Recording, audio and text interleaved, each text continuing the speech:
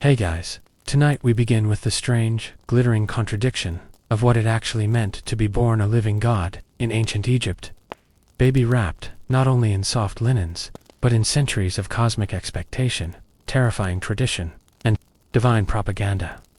You've seen the images: gold masks, towering thrones, pyramids that point to the stars.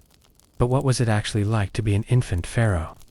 A literal newborn who was already considered a divine being, the reincarnation of Horus, chosen by the gods to rule not just men, but time itself. Sounds glamorous, right? Except it wasn't. If you're imagining a peaceful royal crib beside a soothing Nile breeze, think again. Because being born pharaoh wasn't a dream, which was a high-stakes trap cloaked in incense and ceremony. And trust me, you'll want to stay awake for this one, because by the end of tonight's story, you'll see just how heavy a god's diaper could be. So go ahead, hit that like button, nestle deep under the covers, and drift back with me to the palaces and palanquins of ancient Egypt, where every coup, every hiccup, and every breath of a royal baby echoed with the weight of eternity. Now, imagine this. You're born in a sacred chamber within a palace, so vast it has its own artificial stars painted on the ceilings. The very walls are blessed by high priests. The midwife whispers prayers to the goddess Toret to protect you. During delivery, the moment you wail your first cry, scribes etch it into official court records. You aren't just a child, you are destiny. The kingdom holds its breath. Your mother, likely a great wife or queen consort, might not even get to hold you for long. You're immediately surrounded by priests, healers, wet nurses, and astrologers. They measure your skull, your limbs, your umbilical cord. They bathe you in oils mixed with myrrh and sacred lotus. They wrap you in enchanted linen infused with spells of protection. All this while your father, the current pharaoh, if still alive, is already being worshipped as a god on earth. If he's dead, the stakes are even higher. You're now the living vessel of divine rule, and Egypt becomes a nation ruled by a baby. Think that sounds absurd? Not to the Egyptians. Because pharaohs weren't kings. They were bridges between heaven and earth. And you, little one, were the golden link. But here's the catch. You may be divine, but you are still a baby. A baby with colic. A baby with teething problems. A baby with a very mortal tendency to cry, poop, and catch fevers. But in your case, every fever is a potential crisis of state. Every sneeze sends physicians scrambling, because your body is not just your own, it's the symbolic anchor of the cosmos. If the pharaoh is unwell, the Nile may not flood.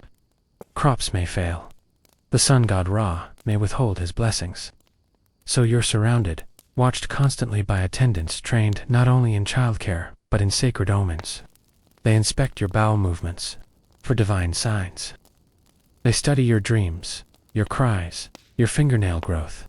And if anything seems off, rituals are performed, incantations whispered, offerings made. You don't have a babysitter, you have a spiritual security council. As you grow, your food is prepared under strict guidelines. Wet nurses are chosen not just for health, but for moral and astrological purity. They must be born under favorable signs and have pure hearts, because their milk nourishes a god. Every room you're carried into is pre-cleansed with incense. Every toya, lion-shaped rattle, a carved ivory cat is carved with protective spells. Your first steps are witnessed by court scribes. Your first words, if they mention a god or a bird, might be interpreted as omens. Now pause for a moment and consider the weight of that. You're still just a toddler, but already your body, your speech, your hiccups are all being mined for meaning. Your life is not your own. It belongs to the state. And while that state bows to you in public, it silently controls you in private. Because power in Egypt was sacred, but also fragile. Behind the golden masks and hymns to Horus, political factions jostled. Priests from Thebes, generals from Memphis, noble families, and advisors, all with a vested interest in your survival, or sometimes your timely death. Yes, even as a child god, you weren't always safe. If you were a minor pharaoh, your mother, or a regent, might rule in your name. But she too would be watched. Every decision scrutinized. Some child pharaohs vanished mysteriously from history. Others were manipulated like marionettes. And if you happened to have siblings from different mothers, well, welcome to Egypt's most elegant family feud. Because royal blood didn't just flow, it competed. If your mother wasn't the chief queen, you might be hidden away. Or worse, quietly replaced by a half-brother, better positioned politically. So you, a divine toddler, had to somehow survive the spiritual burdens of being worshipped while dodging the palace intrigues of being envied. All before your 10th birthday. Even your toys were political. Miniature chariots meant to instill royal masculinity. Animal figurines symbolizing the gods whose favor you must earn. A lion meant courage. A hippo, chaos. A falcon. That was Horus, your supposed soul twin. So every time you played with a falcon figurine, you were not playing you, or rehearsing eternity. As you turned 5, your education began. You learned to read hieroglyphs not just to write poems or orders, but to communicate with the gods. You studied math, astronomy, etiquette, theology. Your teachers were priests, not nannies. Your bedtime stories weren't about dragons. They were about Osiris rising from death, and the sun god battling serpents each night. Your dreams were monitored. Your tutors took notes if you woke crying. Even nightmares had divine significance. You were trained to walk a certain way, speak with deliberate calm, smile at public ceremonies, but never giggle. Gods don't giggle. Your posture was regulated, your wardrobe symbolically curated. You were told which amulet to wear on which day based on the stars. And when you had your first illness, the entire priesthood fasted, prayed, and performed rituals in your name. You weren't treated by one healer. You were treated by an entire medical, theological, industrial complex. And if you survived childhood, which many didn't, your adolescent years were no freer. Puberty was watched with the same obsessive reverence, your voice cracking. A sign of Horus's battle with Set. Facial hair, a metaphor for growing divine authority. Your wet dreams. Don't ask, those were interpreted by priests with alarming seriousness. And throughout all of this, your humanity, your fears, your private wishes, your identity was swallowed by the performance of being a god. You might crave a friend, but everyone around you bowed. You might fear a storm, but you had to pretend you summoned rain. You might want to cry, but tears from a pharaoh could terrify a nation. And if you ever doubted your divinity, you kept it secret. Because gods don't confess, they command. So next time you look at the glittering mask of Tutankhamun, remember, this, inside that gold, was once a boy. A scared, fragile boy, who had to learn to be a god before he learned to be a person. And that is why being born Pharaoh wasn't a gift. It was a sentence. Wrapped in silk, but still a sentence. Now get ready, because in the next section, things only get weirder and bloodier. Don't sleep just yet. Pharaohs grow up, but their burdens only get darker. Hit that bell and join me for the next strange truth. Why pharaohs were trained to never trust a single Sullivan in their own palace. Good night, gods and mortals alike. The moment an Egyptian pharaoh's umbilical cord was cut, so too was any chance of a normal childhood. For royal infancy was more than just a passage through crawling and babbling. It was a battlefield masked in gold leaf and incense. Even before the child could speak, they were being silently judged by palace courtiers, nervous viziers, and scheming half-siblings who had their own ideas about who should inherit the throne next. The title of pharaoh wasn't passed down with warmth or gentle transition. It was more like handing someone a flaming torch and locking them in a room full of oil-soaked papyrus. Succession in Egypt was rarely simple or clean. The royal family was a web of wives, concubines, and sons born into wildly different levels of favor and legitimacy. And each of them could, at any moment, find themselves either promoted to the divine seat or quietly poisoned at breakfast. This toxic atmosphere of dynastic paranoia meant that young princes often grew up looking over their shoulders, even during lessons in math, hieroglyphics, or religious rituals. And while they were told that the gods had chosen them for greatness, what they observed was often betrayal, slow killing, viper venom, and advisors who smiled too widely. The illusion of divine right was held together with wax and shadows. One of the best illustrations of this was the succession after Pharaoh Amenhotep III, whose son Akhenaten seized power amid whispers of dissent. And Akhenaten's own reign would be riddled with religious upheaval and political sabotage, showing that the throne itself seemed to carry a curse. Even Ramses II, the great builder and military hero, had to fight off the ambitions of multiple sons and court factions trying to steer his massive legacy. Often, pharaohs were forced to marry their own sisters to secure the bloodline, but even that didn't shield them from betrayal. The palace was filled with eunuchs, priests, and servants, many of whom owed their loyalty not to the pharaoh, but to whichever courtier promised better survival odds.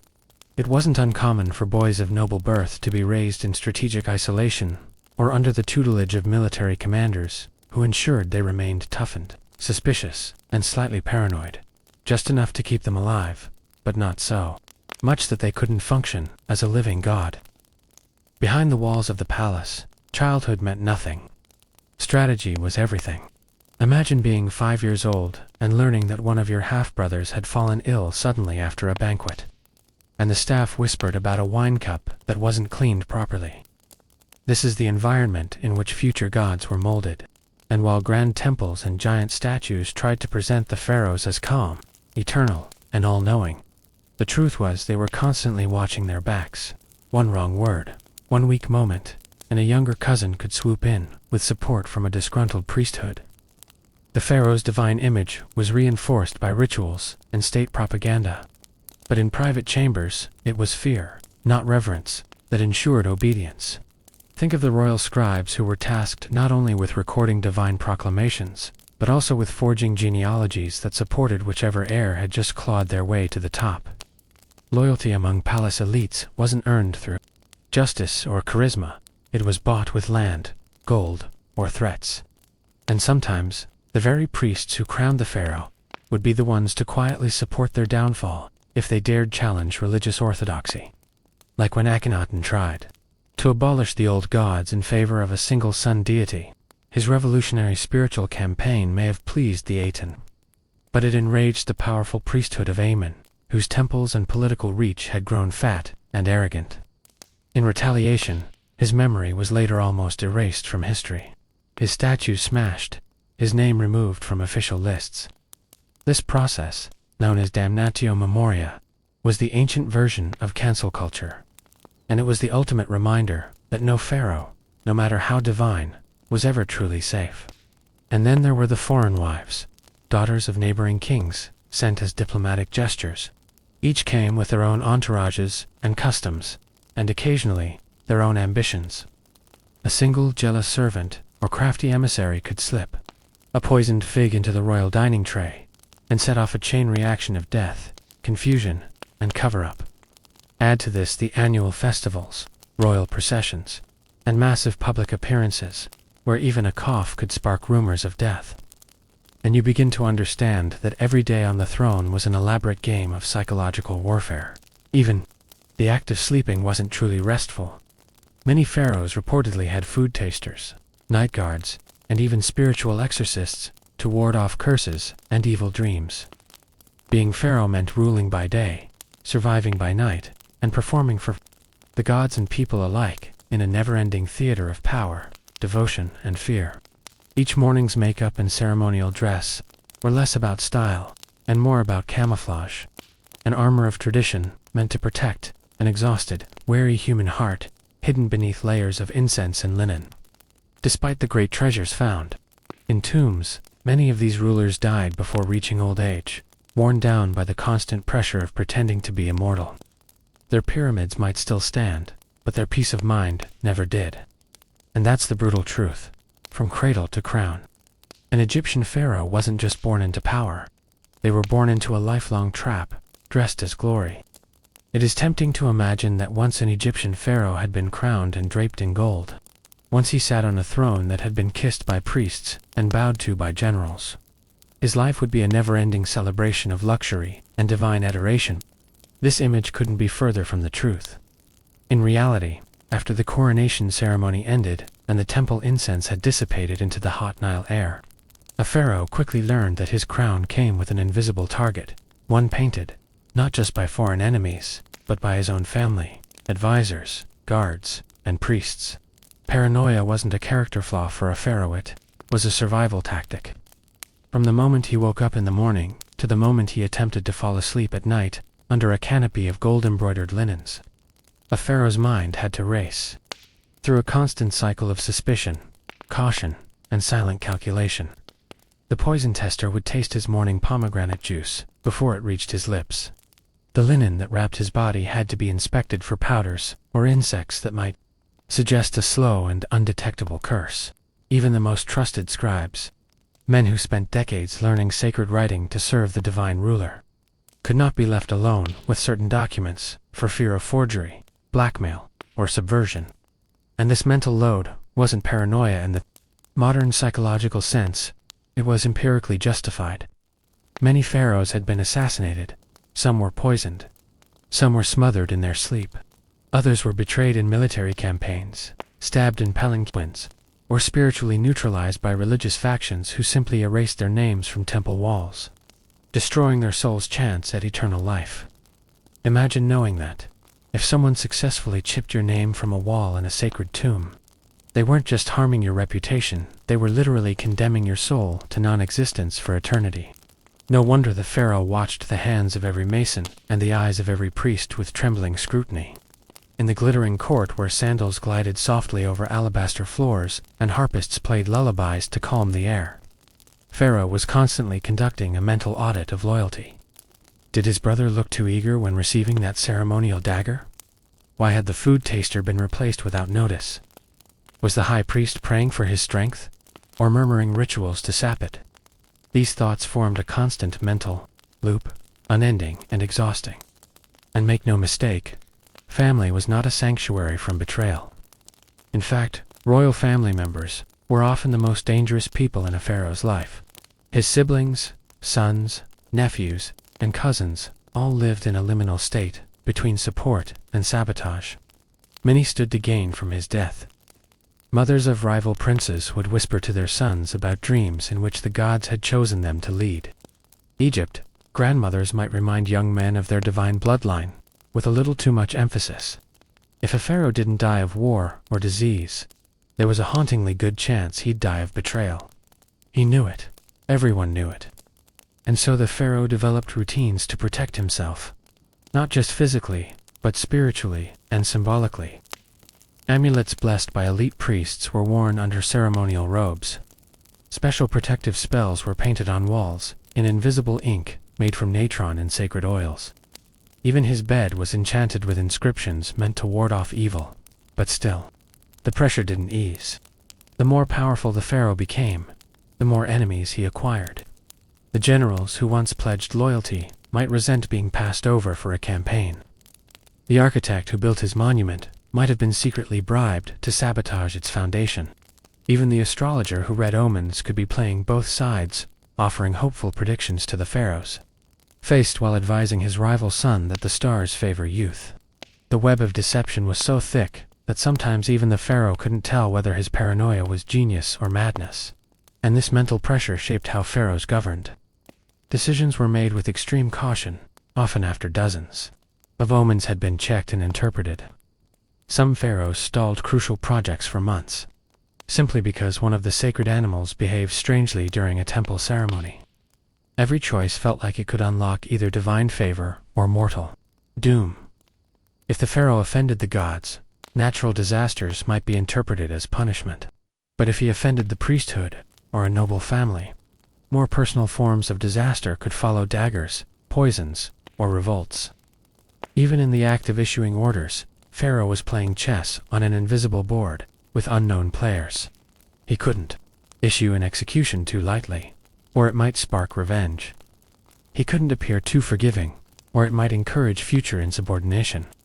So he played the role of the untouchable god-king with theatrical precision. He spoke rarely in public, moved with calculated grandeur, and gave off the air of invincible divinity. But behind closed doors, some pharaohs cracked. Some relied on opium to sleep.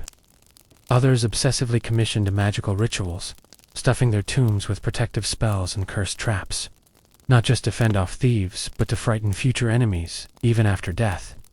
In some cases, a pharaoh's greatest act of vengeance wasn't during life, but in designing his tomb, ensuring that anyone who dared to enter it without permission would be plagued by divine curses. Yet even these precautions failed. We know from history that pharaohs like Ramesses III were almost certainly assassinated by members of their own household. The famous harem conspiracy involved multiple wives, sons, scribes, and palace officials in a plot to take the throne. The trial records describe horrifying levels of betrayal, confessions written under torture, lists of co-conspirators, and punishments so severe it involved mutilations and executions. Even in death, the pharaoh could not be safe. His enemies continued to chip away at his name and memory. The tragedy was that many pharaohs never got to enjoy the luxuries we imagine they did. What good is a golden goblet when every sip is filled with fear? What comfort is there in silk bedding if your dreams are plagued by visions of betrayal? What joy comes from ruling the greatest civilization on earth when you can't even trust your own son with your back turned? This mental imprisonment was the real prison of the pharaoh, not the heat, not the labor, not even the gods, but the constant human threat of envy, power, lust, and ambition. And all this pressure, all this surveillance, had to be endured with a smile. The public could never see their god-king tremble. He must appear serene, invulnerable, eternal. A trembling hand during a festival would be interpreted as a bad omen. A sleepless night that made his eyes red could be spun into rumors of divine disfavor. So he painted his face with sacred cosmetics, straightened his back, and walked among his people like Ra himself descended to earth. But inside, the pharaoh was often a man trapped in a golden cage, with every jewel on his neck doubling as a weight of expectation, every smile concealing a silent prayer to simply survive another day without betrayal. And as the sun set on the palace each night, casting long shadows through the towering columns, the pharaoh wasn't celebrating another day of triumph. He was merely grateful to have lived through it. A god in the eyes of the people, perhaps, but within his own mind. Just a man trying not to be killed by those who claimed to love him most. Inside the golden palace walls of ancient Egypt, where columns soared and lotus-framed murals told tales of gods and kings, the reality was far less serene than the idealized images etched into the walls suggested. Beneath the polished veneer of power and divinity, the royal household was a churning cauldron of jealousy, backstabbing, manipulation, and cutthroat ambition. And at the heart of it all stood the pharaoh, burdened not just by external threats, but by enemies within his own bloodline. While the average Egyptian may have imagined the pharaoh as a solitary, divine figure basking in the worship of his people, the truth was far more complicated. Pharaohs often had multiple wives, dozens of children, and siblings who all harbored dreams of ascending the throne or influencing who did. The result was a political minefield of unprecedented delicacy and danger, where one careless word, one whispered secret, or one missed offering could mean exile, imprisonment, or even death. The royal family wasn't a unified dynasty of harmony. It was a battlefield of shifting alliances and seething resentments, especially when the question of succession loomed large and the favor of the pharaoh became a commodity worth fighting or killing for. Consider the story of Ramses II, the great builder and military leader. He had over 100 children, many of them ambitious sons, raised to believe they were destined for greatness. As he aged and his health waned, a silent war ignited among his heirs, each maneuvering subtly for influence, support, and the edge that might push them into the role of successor. The pharaoh himself had to watch carefully, not just for betrayal from neighboring kingdoms or rebel priests, but from within the very halls of his palace, where sons might smile at him by day and conspire against him by night. Mothers of royal children, too, were often political players in their own right. Chief wives, the favored queens, might have once been doted upon, but as new wives and concubines entered the fold, their influence was threatened. They would push their sons forward while undermining the sons of rivals, poisoning the pharaoh's ear with quiet warnings and exaggerated rumors. This constant jockeying for power transformed the pharaoh's chambers into a psychological battleground, where every conversation could be a trap, and every family dinner a performance in loyalty and deception. Even Pharaoh Akhenaten, whose radical religious reforms are famous, was surrounded by palace intrigue. His wife Nefertiti, one of the most iconic queens in history, wasn't merely a decorative consort. She was a formidable political force. While some historians believe she may have co-ruled Egypt alongside Akhenaten, or even ruled after his death under a different name, what's clear is that palace dynamics during his reign were rife with upheaval, secrecy, and shifting power centers. After Akhenaten's death, the royal court experienced a vacuum of leadership, and various family members and courtiers scrambled to assert dominance, leading eventually to the young Tutankhamun's rise, a child pharaoh whose rule was, unsurprisingly, heavily manipulated by regents and advisors with their own agendas. This wasn't just a one-off case. Nearly every dynasty in ancient Egyptian history was marred by power struggles within the family. Brothers plotted against brothers, uncles usurped nephews, queens orchestrated poisonings. In fact, historians believe that Pharaoh, Thutmose III, spent much of his youth under the regency of his stepmother Hatshepsut, who eventually declared herself pharaoh and ruled in her own name for over 2 decades. When he finally took full control, some suspect he systematically tried to erase her from historical records, perhaps out of spite, or a calculated effort to reclaim legitimacy. The royal family wasn't a place of support and shared power. It was a Game of Thrones, thousands of years before that phrase existed. And what's more exhausting than that? Imagine living each day knowing that not only are foreign enemies praying for your demise, but your half-brother might be too. And your aunt is possibly spreading rumors to the priests that you've lost favor with the gods. For the pharaoh, trust was the rarest and most expensive currency. To protect himself, he couldn't rely solely on soldiers or scribes. He had to master the art of psychological chess, anticipating betrayal, rewarding loyalty with suspicion, and maintaining an image of divine authority, even while navigating familial sabotage.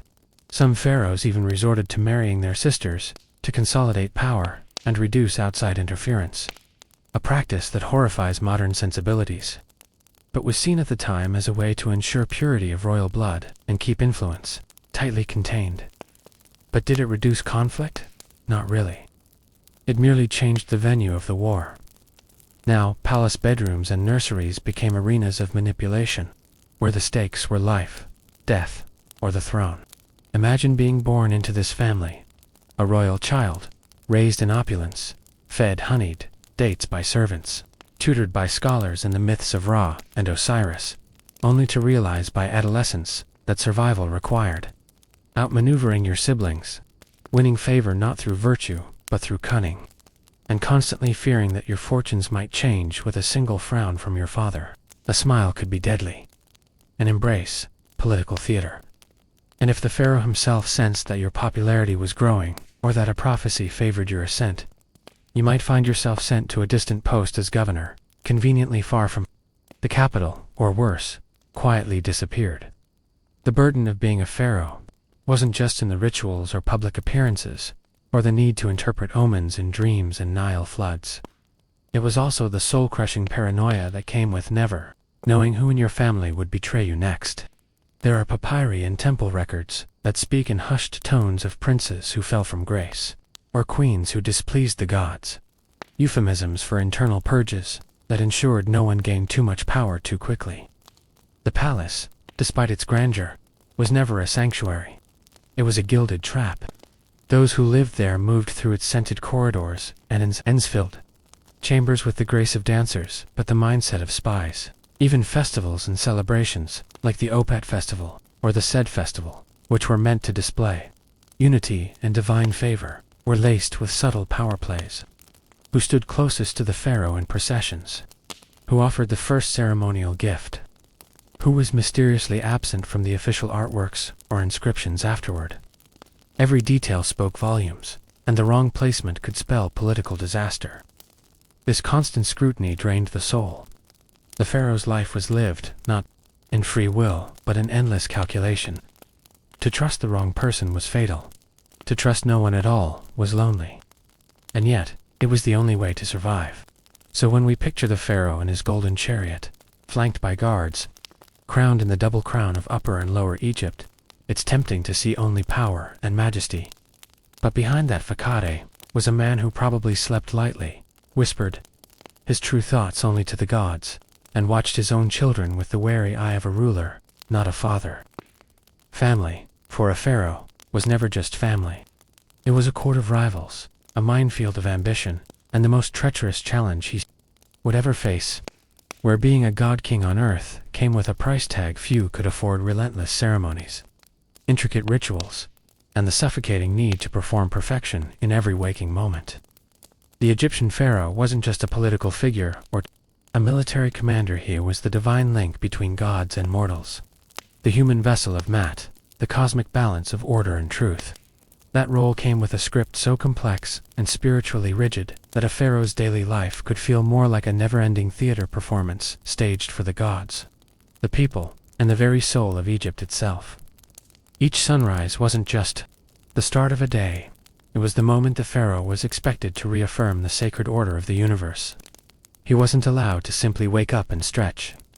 Instead, he would be ritually awakened by attendants trained in ancient priestly protocol, anointed with scented oils, dressed in ceremonial linens, and presented to a carefully curated audience, sometimes the gods in statue form, sometimes high priests, sometimes both. He would then offer prayers and perform purification rites at dawn, often before even taking a bite of food. Imagine starting every single morning, not with peace or personal reflection, but by facing the towering expectation that the balance of the cosmos itself depended on you not sneezing during a ritual, chant, or stumbling over the pronunciation of a sacred phrase. And that was only the morning. The rest of the day would be consumed by a schedule packed tighter than the tomb of Tutankhamun visits.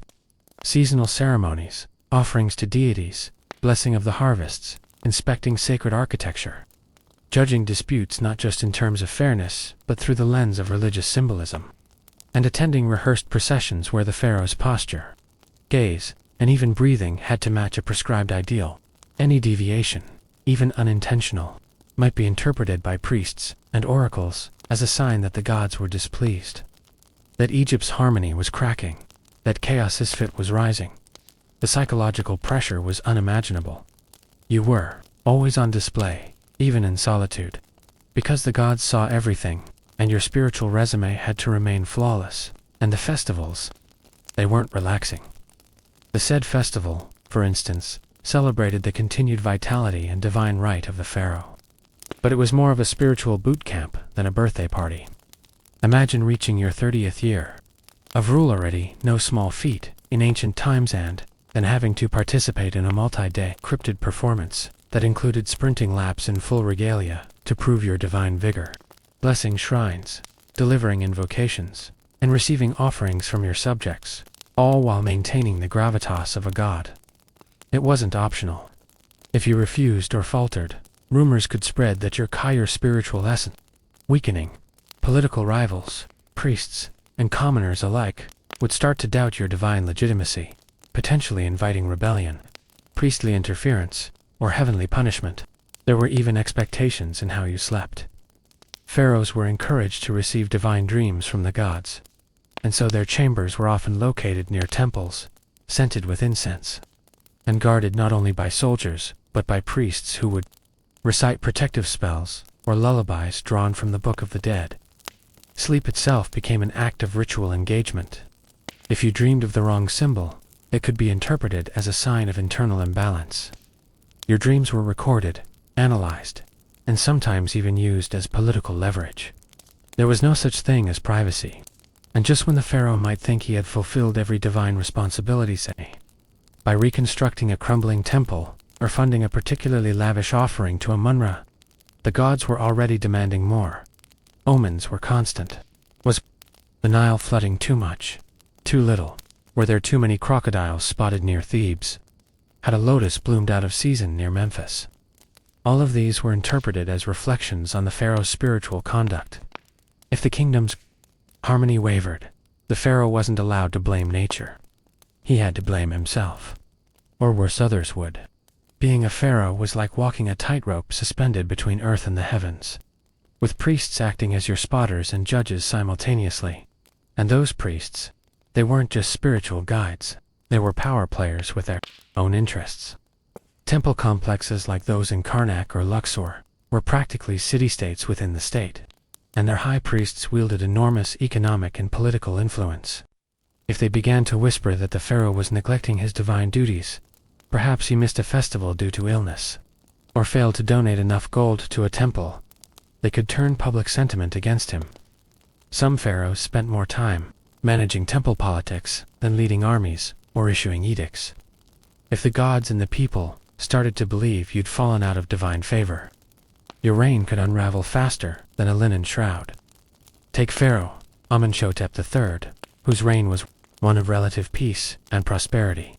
His public image was maintained through a relentless stream of statues, inscriptions, and temples. Over 250 statues of him have been found, each reinforcing his eternal, divine nature. It wasn't just vanity, it was defense. Defense against doubt, against spiritual entropy, against the invisible erosion of sacred legitimacy. The visual propaganda was necessary to drown out even the faintest suspicion that he wasn't divinely fit to rule. And this need for spiritual performance didn't end in life. Pharaohs had to plan their deaths, too, with almost obsessive attention. Their tombs were designed not as resting places, but as portals through which they would transform into gods themselves. Every wall had to be painted with the right spells, every amulet positioned with surgical precision, every artifact chosen for its symbolic weight. If one mistake was made, one spell misspelled, one item out of place, it was believed that the pharaoh's soul might be trapped in Duat, the underworld, forever. So imagine trying to rule a nation, maintain international diplomacy, crush rebellions, keep your siblings from stabbing you, and all the while worrying about whether your afterlife entrance spell was properly inscribed in cursive on your sarcophagus. That's not spiritual peace, that's divine exhaustion. Even during times of war, pharaohs were expected to maintain ritual duties. Before leading troops into battle, they had to consult oracles, make offerings, and ask for signs from the gods. And if the campaign failed, or the sky grew dark during battle, it was interpreted not as poor strategy, but divine judgment. A losing pharaoh didn't just risk political fallout, he risked becoming a cosmic scapegoat. When you ruled Egypt, failure was never just failure, it was sin. Treason against Maat. Even your voice had to match divine expectations. Pharaohs weren't supposed to speak idly. Their words were considered semi-divine declarations. Every phrase might end up etched into limestone, interpreted for centuries, and used as a theological precedent. So imagine how paralyzing it would be to speak publicly. You couldn't joke, vent, or speculate freely. Your utterances were law, scripture, prophecy. A simple offhand comment could shift temple protocol or incite unrest. In short, every breath was burdened with significance. For a pharaoh, being God on earth wasn't a blessing. It was an endless audition, an unbearable weight of expectations. He never volunteered from dawn until death. His life was scripted, scrutinized, and sanctified, leaving no space for authentic emotion, error, or escape. The robes were heavy, but the rituals, heavier still. And while the golden mask might have concealed exhaustion, the eyes behind it probably wept quietly beneath the incense-laden silence of eternity. Once you'd taken on the double crown of Upper and Lower Egypt, you weren't just becoming a king. You were accepting total, permanent isolation from normal human relationships. A pharaoh couldn't trust anyone, not even his own blood. He couldn't have friends in the traditional sense, because everyone who came near him either wanted something, feared him, or was ordered to serve him in ways that erased any possibility of genuine companionship. This wasn't the cold loneliness of a man in a palace, it was the suffocating, paranoid solitude of a living god, under constant surveillance. From the moment a young prince was named heir, he was surrounded by handlers, tutors, viziers, priests, and guards, all of whom were loyal not to him, but to the institution he was being groomed to inherit. These were not nurturing mentors, they were agents of control. They corrected his speech, monitored his dreams, recorded his moods, and interpreted his every move as a sign of readiness or unworthiness for divine rule. Imagine being a child, and knowing that a wrong glance at a falcon statue could spark gossip among the priests that you weren't spiritually aligned with Horus. That wasn't childhood, it was a religious laboratory, with you as the subject under glass. And once crowned, the pharaoh's inner circle didn't shrink, it became more complex, more dangerous. The palace was filled with servants, scribes, generals, and nobles, but very few were allowed to truly speak with the king. Most communication was formal, ritualized, and filtered through layers of protocol. And if someone did speak to the pharaoh directly, it was usually because they wanted something: land, favor, advancement, or because they were there to manipulate. Every smiling face in the court might be wearing a dagger behind their back. There was no way to know. No one in the pharaoh's presence was truly honest, because honesty was dangerous for both parties. If a courtier criticized a decision, he could be executed for sedition. If the pharaoh revealed uncertainty, it could be used as political ammunition. This created a culture of masks and scripts, where every conversation was loaded with subtext, and every compliment might be laced with poison. Even within the royal family, paranoia ruled. Brothers, uncles, cousins, they were all potential rivals. Egyptian history is littered with mysterious deaths, sudden disappearances, and political purges that hint at the fragility of royal kinship. Horemheb, for example, rose to power after the death of Tutankhamun, bypassing more direct relatives, and his ascent wasn't as smooth. Democratic of Pharaoh was full of backroom maneuvers and erased names. Then there's the infamous story of Pharaoh Thutmose III, who spent the early years of his reign overshadowed by his stepmother, Hatshepsut. When he finally took full control, he systematically defaced her monuments and erased her name from the king lists. Was it revenge? Political strategy? Both. Either way, it proves one thing: being family didn't mean you were safe. In fact, being family made you a threat. So the pharaoh learned early that trust was not a luxury he could afford. Every interaction was strategic. Every dinner a performance. Even marriage was rarely about love.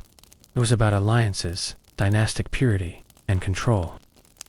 Pharaohs married their sisters, not out of affection, but to keep power within the bloodline, and multiple wives. That was another political necessity. Each queen came from a noble family, whose loyalty had to be secured. Each concubine represented a promise, a treaty, or a tribute. The harem wasn't a place of sensual indulgence.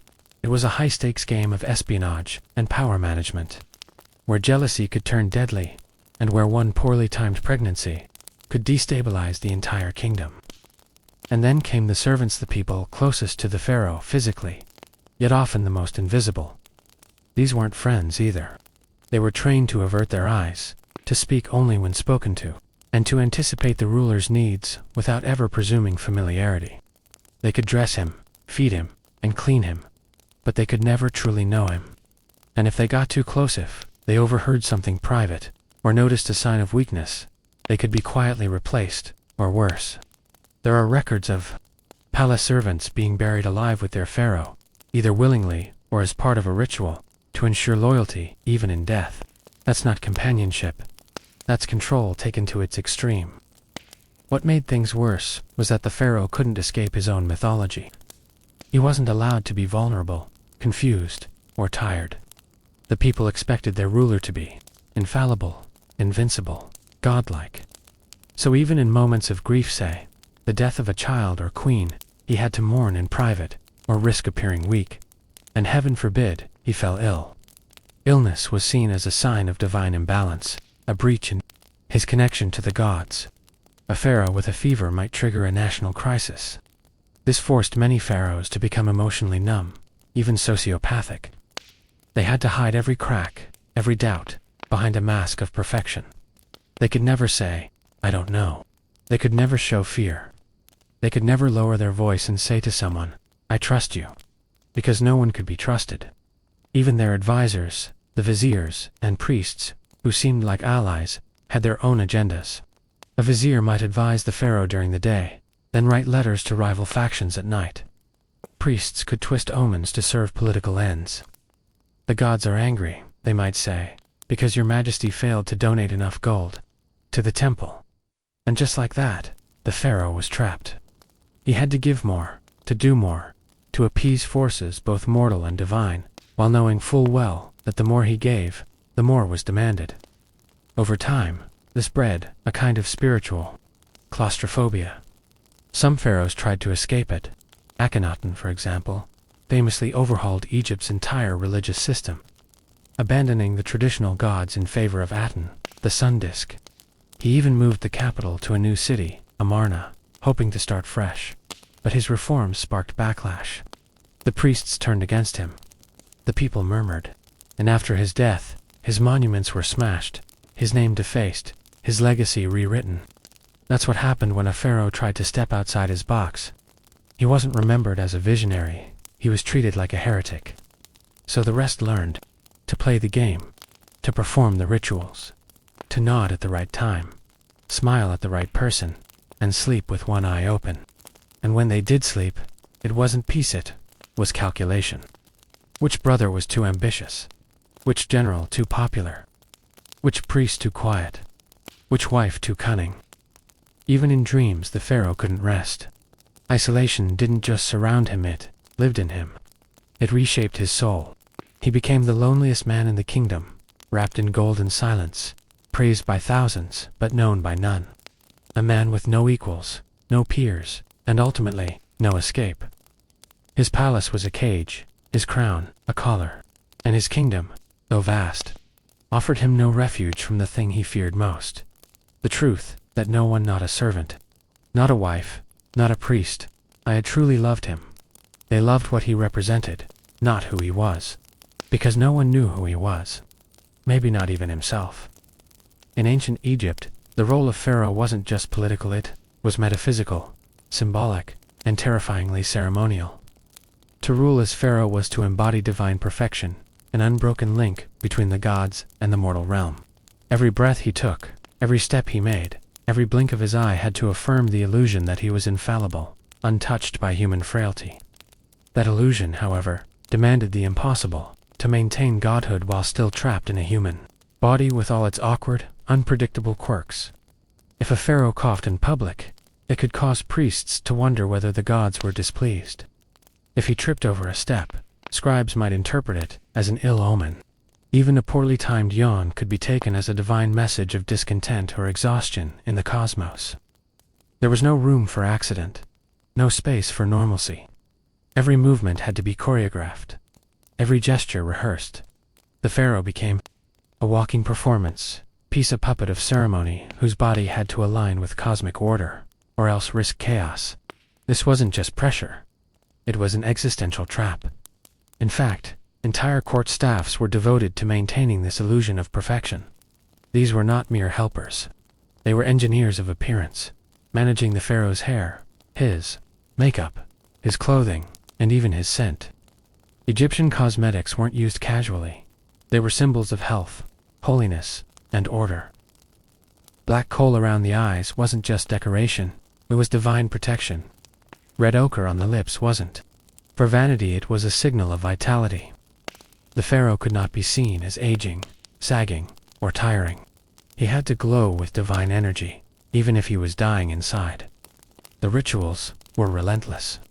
Before any public appearance, priests and attendants would perform purification ceremonies, cleansing the pharaoh's body with sacred oils, dressing him in specific linen garments, and whispering invocations to gods like Horus, Ra, and Osiris.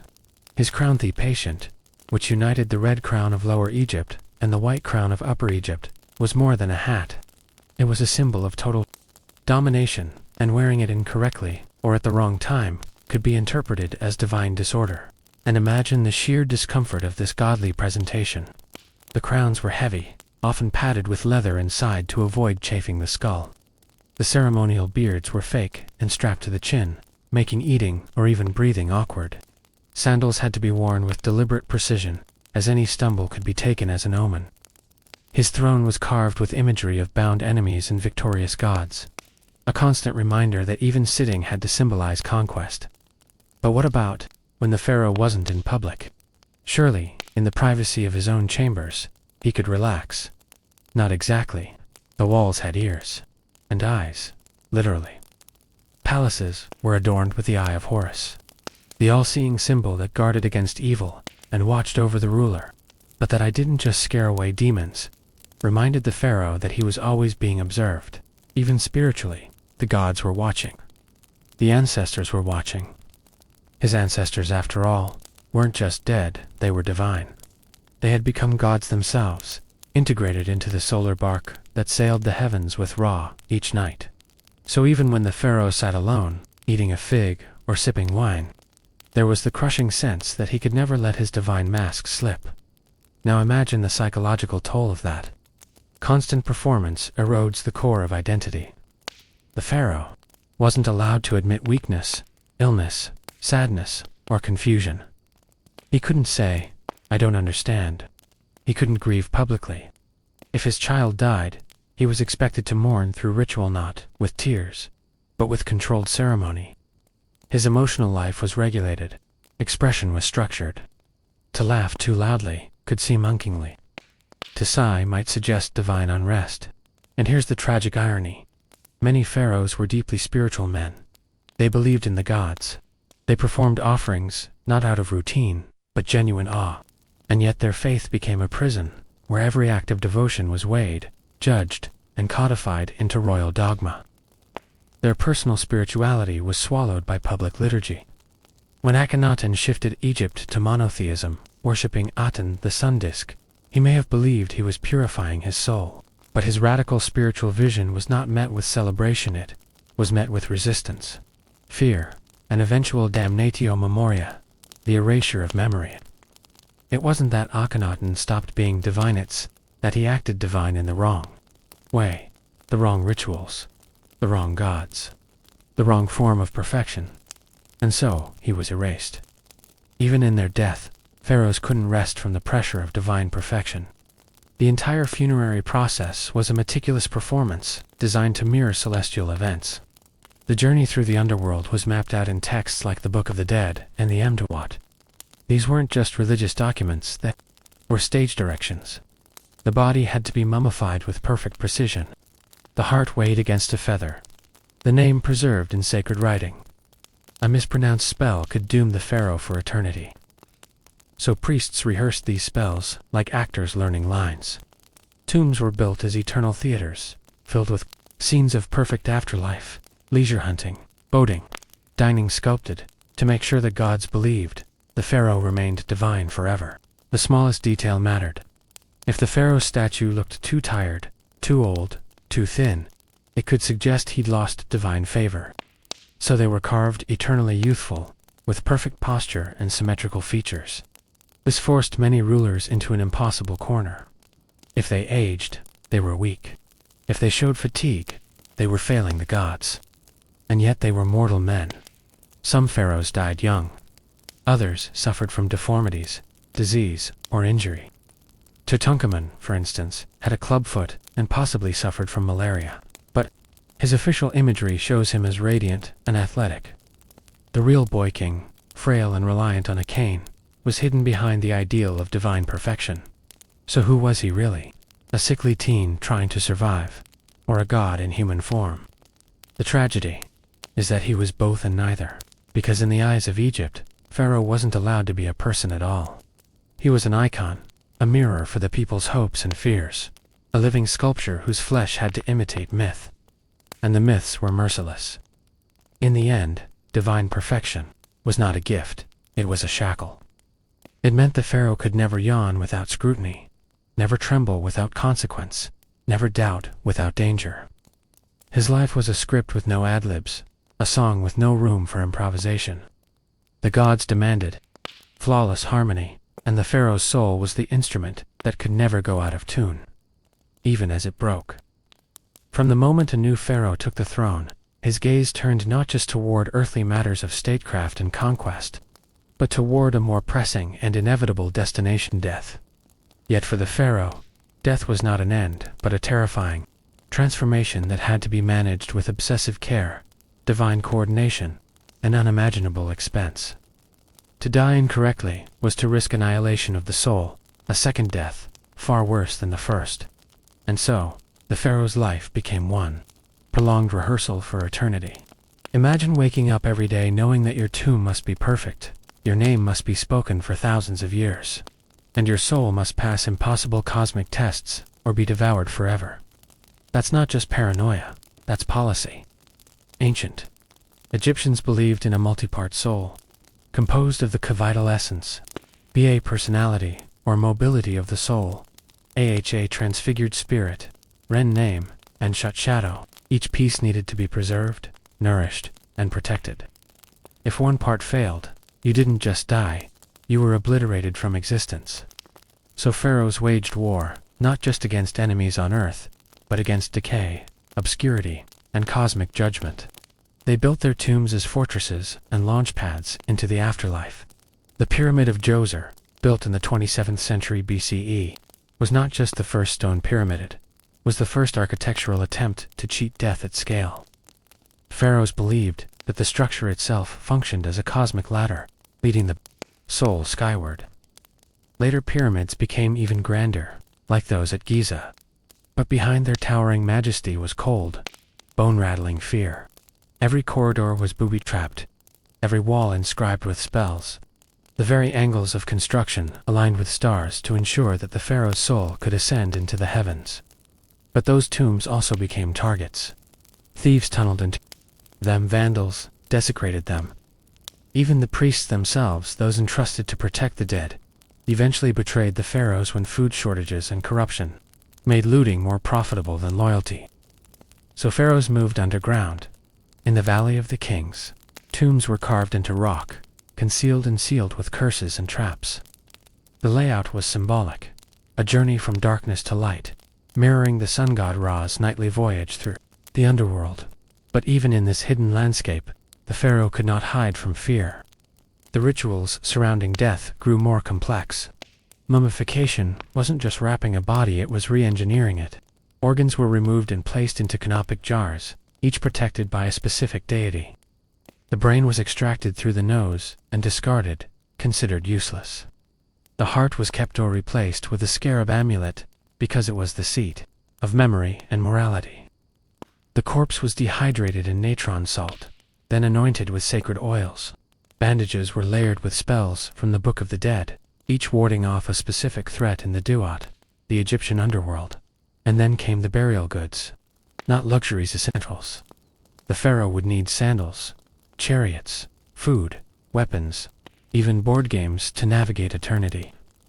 Servants were sometimes sacrificed or modeled in small statues called shaptas, meant to labor on behalf of the dead king. Gold coffins and elaborate masks, like Tutankhamun's, were not decorative. They were magical shields. The face of the mask wasn't the pharaoh's, it was the face of Osiris, god of the dead. Because in death, the king had to become divine or vanish forever. But all this preparation led to one critical moment, the weighing of the heart, in the Hall of Two Truths.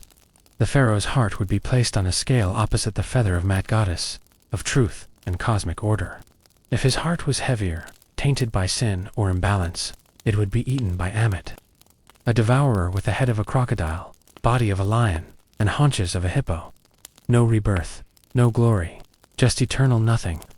To avoid that fate, pharaohs hired entire priestly orders to recite the correct spells, enact the right rites, and ensure the balance of the cosmic books.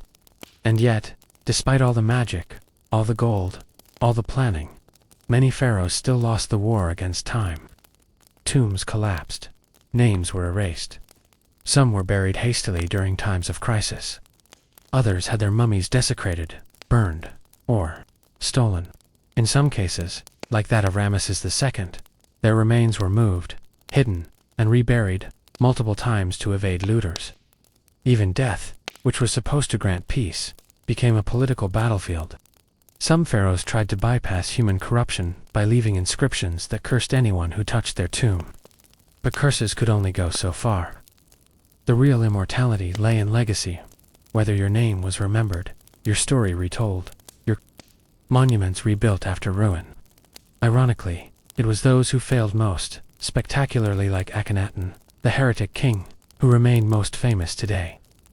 The attempt to erase him only intensified his myth.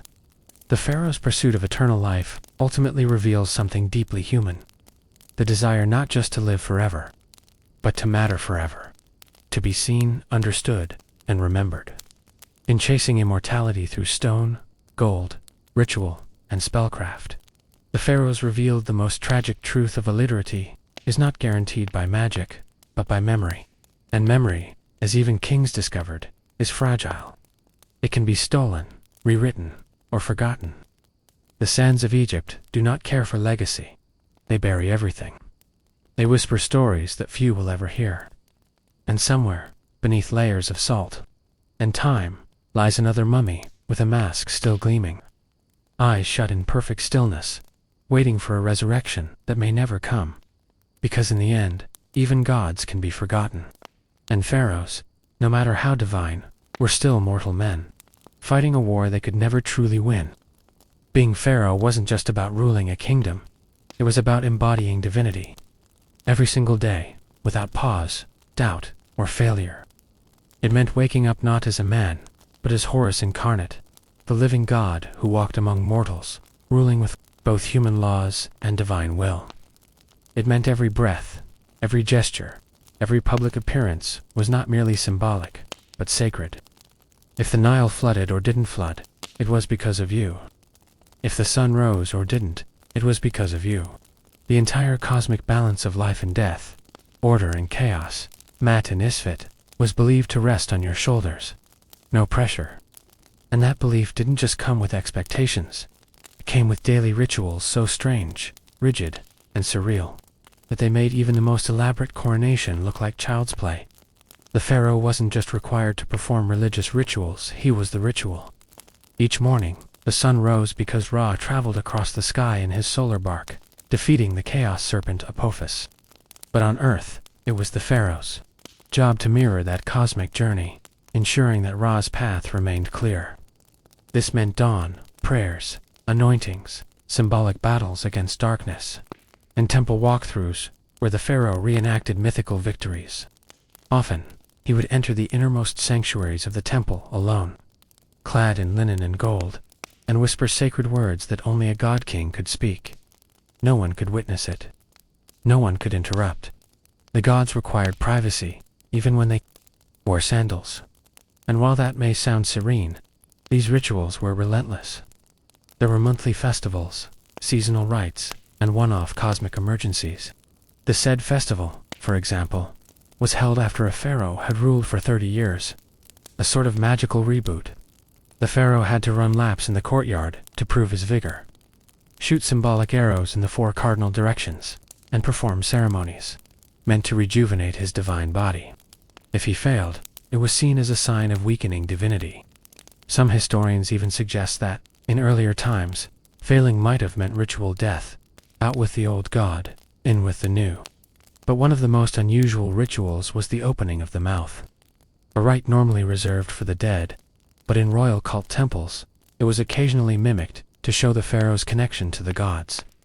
Statues of deities would be awakened by the pharaoh or his priests through this ritual, symbolically allowing the statues to speak, eat, and breathe.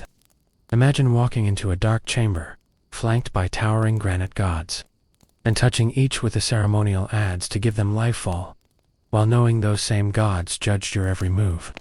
Oh, and forget private meals or spontaneous laughter. Pharaohs were expected to eat ritually, speak ritually, even breathe ritually. Their palace staff included not just cooks and advisors, but ritualists, astronomers, calendar keepers, and magical scribes who made sure everything the pharaoh did corresponded with divine timing. Want to go to war? Better consult the stars. Need to marry a queen? Make sure she embodies Hathor. Need to sneeze? There's probably a prayer for that too. Some pharaohs went even further, enforcing their godhood through radical religious reforms. Akhenaten, for example, appended 1,500 years of tradition by abolishing Egypt's entire pantheon in favor of one god, Aten the sun disk. He closed temples, defunded priests, and moved the capital to a new city, where only he could worship Aten. In doing so, Akhenaten declared himself not just pharaoh, but the only intermediary between humanity and God. But this also meant isolating himself. No one could share in his worship. His own subjects were kept out of the religious process, watching from afar as their king stared at the sky, singing hymns to a faceless sun. That kind of divine obsession didn't bring peace, it brought collapse. After Akhenaten's death, the old gods were restored, and his name was chiseled out of history. Even the god-kings had expiration dates. But the pressure to appear divine never stopped. Pharaohs were expected to be perfect, physically flawless, mentally sharp, spiritually balanced.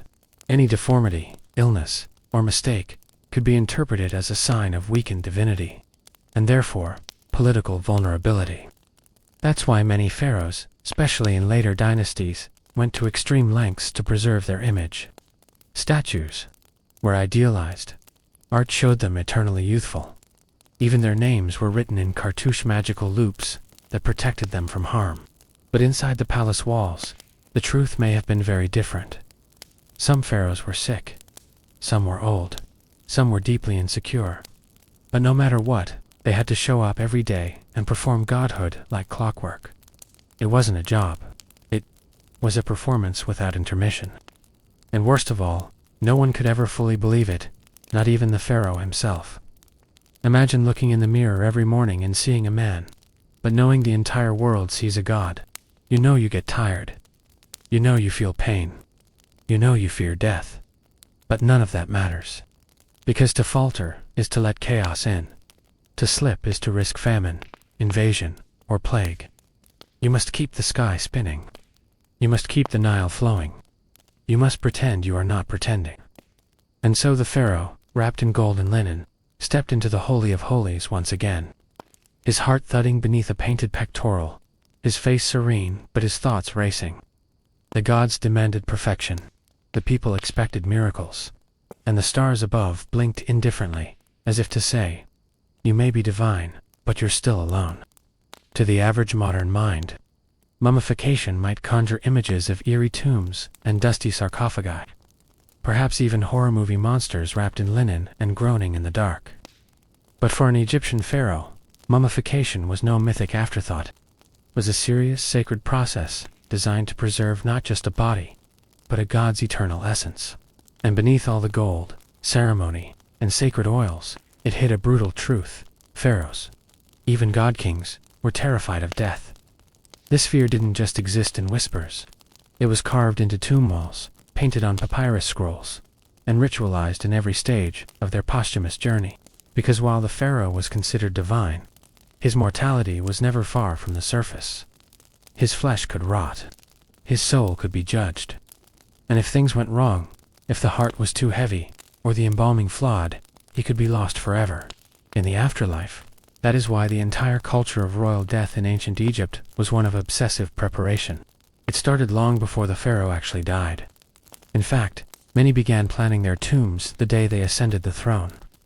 Massive projects like the pyramids of Giza or the Valley of the Kings weren't just architectural marvels. They were anxieties made manifest. The pharaoh's afterlife wasn't a vague spiritual cloud, but a physical, mappable realm filled with gates, gods, monsters, and judges. It required supplies, passwords, protective spells, and above all, a perfect body. And so, when death finally approached, the pharaoh's body was handed over to a team of embalmers, not doctors or scientists, but spiritual technicians trained to turn fragile flesh into an eternal vessel. This was not a clean or dignified process. First, the body was washed and purified. Then, using a hooked tool, the brain was removed through the nose, tossed away because it was thought to be useless. The stomach, intestines, lungs, and liver were extracted next, each placed into separate canopic jars, guarded by the four sons of Horus. The heart, believed to be the seat of emotion and thought, was ideally kept, but sometimes it decayed or was lost, which spelled doom for the soul's judgment. Then came the drying. For 40 days, the body was packed in natrona, naturally occurring salt, to dehydrate it completely. This stage shriveled the corpse into a leathery shell, an unrecognizable version of the living god it once housed. The smell, the decay, the eerie silence, it was not the divine scene artists later imagined, but a grim transformation watched over by robed priests whispering prayers through the stench. Once dried, the body was stuffed with resins and linen, smeared with oils, and painstakingly wrapped, layer upon layer, with amulets and charms hidden between folds. Each step had a purpose. Some symbols protected the soul. Others unlocked gates in the afterlife. Still others guarded against demons. or reminded the gods of the pharaoh's titles. The mask, like the golden one of Tutankhamun, wasn't just decoration. It was magic, a final barrier between identity and oblivion. But even after embalming, the pharaoh's soul wasn't safe. In the Book of the Dead, a complex collection of spells and guidance, the deceased must navigate the Duatha, Egyptian underworld. There were serpents, lakes of fire, upside-down mountains, and vengeful gods. The pharaoh had to recite passwords, perform rituals, and prove his worth again and again. The most famous moment was the weighing of the heart.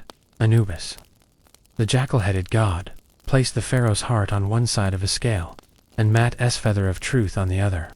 If the heart was heavier weighted with lies, cruelty, or cowardice, it was devoured by Ammit, a monster, part lion, hippo, and crocodile. The soul would vanish forever.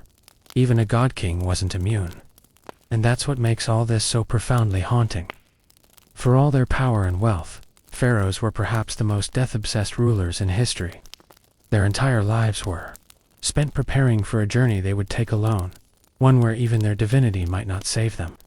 They built monuments that touched the clouds, hoarded gold, and summoned armies, but they couldn't escape the reality that death, to them, was both an ending and an impossible test. Many pharaohs feared being forgotten, so they inscribed their names on obelisks, walls, and statues. To speak the name of the dead is to make them live again, the ancients believed. But others weren't so lucky. Tomb robbers looted graves. Names were chiseled out by political rivals. Even royal mummies were unwrapped, burned for fuel, or sold on black markets in later centuries. The sacred body, once so meticulously preserved, could become just another curiosity in a European cabinet of oddities. And so, beneath all the splendor, one truth loomed larger than the pyramids. Immortality was fragile. It was a curse as much as a blessing. Because even if your body survived, even if your name endured, you still had to face judgment. You still had to answer for your life. And you had to do it alone, in the darkness of the Duat, hoping that the gods still remembered who you were. If being pharaoh meant living as a god on earth, it also meant bearing the impossible burden of divine accountability. In ancient Egypt, the king wasn't merely a political ruler. He was the high priest of every temple, the embodiment of Matha, cosmic order, and the vital link between the heavens and the earth. This role came with pageantry, privilege, and monuments built in your image. But it also came with a shadowy weight. If something went wrong in nature, if the Nile didn't flood, if crops failed, if plagues spread, wasn't the gods who were blamed, it was you. The people didn't shrug and call it bad luck. They looked to the pharaoh and whispered that perhaps he had sinned, broken the sacred balance, or lost the favor of the gods. This expectation turned weather patterns and river behavior into deeply personal threats.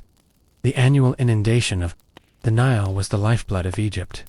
It soaked the soil with rich silt, allowing farmers to grow wheat and barley in abundance. If the waters rose too little or too late, the harvest suffered and famine loomed. And while today we understand the complex meteorological causes behind such fluctuations, back then it was seen as a mirror of the king's soul. Was he praying? Enough, offering enough, ruling with justice. Had he angered a god? This pressure wasn't merely superstition, it shaped royal policy. Temples weren't just religious centers. They were political machines fueled by offerings, rituals, and land ownership. Pharaohs were expected to construct and fund massive temples to please the gods and maintain Mat. Failure to do so invited divine wrath not just upon the king, but upon the entire nation. The gods, in this worldview, were watching constantly, and the pharaoh stood alone before them as the representative of all humanity. Consider the rituals involved in sustaining this balance. Daily temple ceremonies involved the pharaoh or his priestly stand-ins awakening the god statue, clothing it, anointing it, feeding it, and reciting hymns. This wasn't symbolic, it was essential. If these rites were skipped or done poorly, the gods might grow hungry, cold, or insulted. And if they withdrew their blessing, Egypt would descend into chaos. Imagine the crushing anxiety of knowing that every drought, every stillborn calf, every locust swarm might be interpreted as a reflection of your personal failure. You couldn't simply explain that rain clouds were late, or that the soil was exhausted. You had to appease the heavens quickly, and publicly. This fear was magnified during crises. One of the most striking examples comes from the famine stela, an inscription from the Ptolemaic period claiming to recall events from the reign of Djoser, a pharaoh of the 3rd dynasty. According to the stela, the Nile failed to flood for 7 years, bringing famine and death. Djoser is depicted in anguish, turning to Imhotep, his architect and advisor, for guidance. They consult the sacred texts, perform offerings, and rededicate themselves to the god Khnum, who controls the Nile's source. Only then does the river rise again. This narrative, while mythologized, reflects the terrifying pressure pharaohs faced. A failure of nature could easily become a crisis of legitimacy. It wasn't just peasants who grumbled during famine. Priests could turn against the king. Nobles might whisper of omens. Rivals might claim that the gods favored someone else, someone more pious, more just, more powerful. In such moments, pharaohs had to act decisively. They increased offerings, built new temples, held festivals to honor neglected deities, or launched building campaigns to show that Maat was still upheld. All of this took immense resources that often had to be extracted from the people, even when they were starving. It created a vicious cycle. Famine led to fear. Fear led to increased demands. Increased demands led to resentment, and resentment led to instability. Pharaohs were thus trapped in a divine performance. Could never leave. Every public appearance, every temple donation, every ritual was scrutinized not just by their subjects, but by the heavens themselves. If they succeeded, they were praised as shepherds of order. If they failed, they were accused of bringing the apocalypse, and in death, the stakes remained high. Pharaohs had to prove to Osiris, lord of the underworld, that they had ruled with justice. They had to declare, "I have not caused hunger. I have not withheld offerings from the gods. I have not neglected the poor." These weren't poetic flourishes. They were legal claims in the court of eternity. To be judged unworthy was to be cast out, erased from memory, denied the afterlife.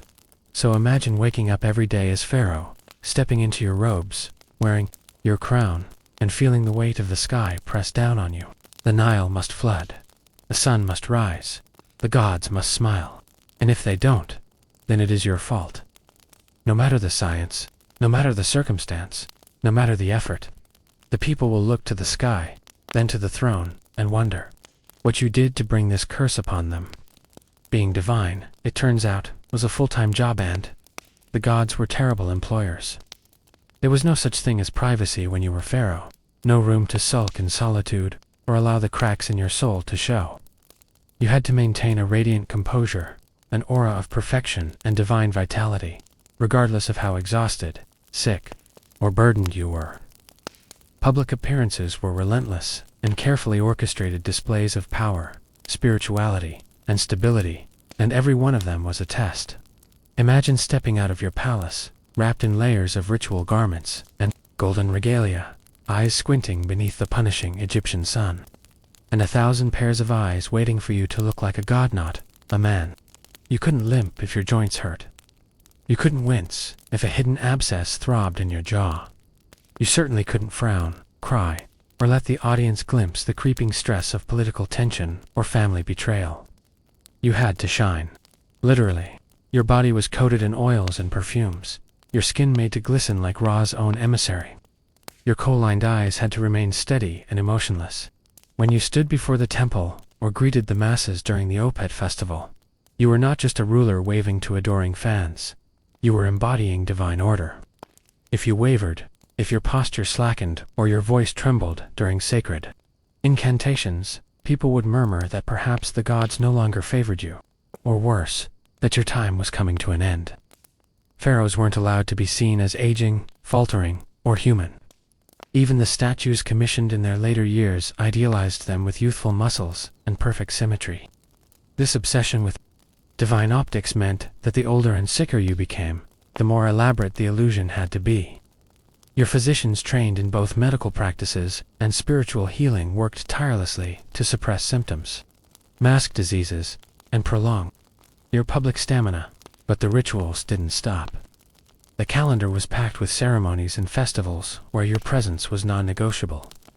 From the Hebsed festival, a renewal ritual often performed after 30 years on the throne, to the annual flooding ceremonies honoring Hapi, you were expected to not only show up, but chant, walk, offer sacrifices, inspect troops, and oversee judgments. You might be riddled with arthritis, ulcers, or anxiety, but you could not stop. Especially because many of these appearances weren't just symbolic, they were functional. For instance, during the Hebsed, the pharaoh had to run a symbolic race before the gods, proving his physical vitality. If he stumbled or refused, that was tantamount to admitting weakness. In some myths and practices, it was even believed that a weak king should be ritually removed or replaced, lest his decay infect the land itself. In a kingdom where the ruler was the living bridge between man and cosmos, such symbolism could be deadly. The people who surrounded the pharaoh viziers, generals, priests, were constantly watching. They relied on your perceived invincibility to maintain their own authority. A crack in your mask could ripple outward, emboldening rivals or inciting rebellion. So, you smiled. Even when your teeth ached and your gut boiled. Even when you were haunted by dreams of betrayal or omens of disaster. You smiled, raised your arms in blessing, mouthed words you had spoken 1,000 times, and hoped that your voice didn't falter. Behind the scenes, you might have retreated to your chamber and collapsed, breathing heavily into linen cushions, whispering prayers, not for your people, but for yourself. But that moment of vulnerability never reached the marble steps of the temple, or the sun-drenched plazas where your image was carved into walls 30 feet high. Even death had to be delayed until it was ceremonially acceptable. Some pharaohs, knowing their health was failing, went to extreme lengths to ensure that their final appearances radiated strength. Successors were kept in the wings, hidden or disguised as attendants, lest anyone perceive a weakening line of succession. The illusion had to remain intact until the very last breath end. Even then, it was wrapped in divine narrative. The pharaoh did not die. He ascended to become Osiris, the eternal king of the afterlife. But the painful irony was that before reaching this supposed divinity, the real man had to suffer in silence. Being pharaoh was not a life of indulgent luxury. It was a non-stop stage performance with no intermission. Your face was a mask, your voice a script, your body a vessel of expectation. You couldn't scream, stumble, or sob. The sun rose because of you. The Nile flooded because of you. The nation's hope clung to the corners of your smile. So you smiled, even when you were dying inside. To be born a pharaoh was to be declared a god, but behind that golden title lay a cruel irony. The more divine your bloodline was considered, the more diseased and fragile your body likely became. In ancient Egypt, the concept of royalty was deeply entangled with purity, not spiritual purity, but genetic. The gods were believed to have married their siblings, and pharaohs, as divine incarnations, were expected to do the same. Royal siblings, brothers and sisters, were often wed and arraigned. Politically necessary and religiously sanctioned unions, believed to preserve the sacred line. It wasn't a matter of choice, love, or attraction. It was duty, and that duty came at an excruciating cost. The pharaoh's children often suffered from deformities, immune weaknesses, and chronic conditions that historians and bioarchaeologists now link directly to centuries of inbreeding. Look at Tutankhamun, perhaps the most famous pharaoh, and certainly one of the most tragic. His mummy revealed a body crippled by congenital defects, scoliosis of the spine, a club foot, and a series of genetic conditions that would have made walking painful and ruling physically exhausting. He died young, possibly due to a combination of malaria and complications from a broken leg that couldn't heal properly. He was also the product of a brother-sister union, and he was not alone. Many royal mummies show signs of cranial deformities, elongated skulls, cleft palates, and other skeletal abnormalities. Being born divine increasingly meant being born damaged. And yet, no one could question this system. It was sacrilege too. Suggests that the gods might not have designed the perfect plan. Palace physicians did their best to treat the ailments that came with these unions. But even their extensive knowledge, amazing for the ancient world, had limits. They could not change a child's genetic structure. They could not undo centuries of intermarriage, so they masked it instead. Statues and reliefs of royal children depict them with perfect symmetry and glowing health. Painted tomb scenes show pharaohs striding confidently, spears in hand, muscles rippling like lion hunters. But inside their bodies, infections festered, bones curved unnaturally, and internal organs suffered slow deterioration. Even the blood of gods turned sour when bred within the same tight, closed circle. Beyond the physical suffering was the psychological toll. Young pharaohs, especially those who ascended the throne as children or teenagers, bore the double burden of trying to fulfill impossible expectations while silently dealing with constant pain or frailty. They couldn't show weakness. They couldn't rest.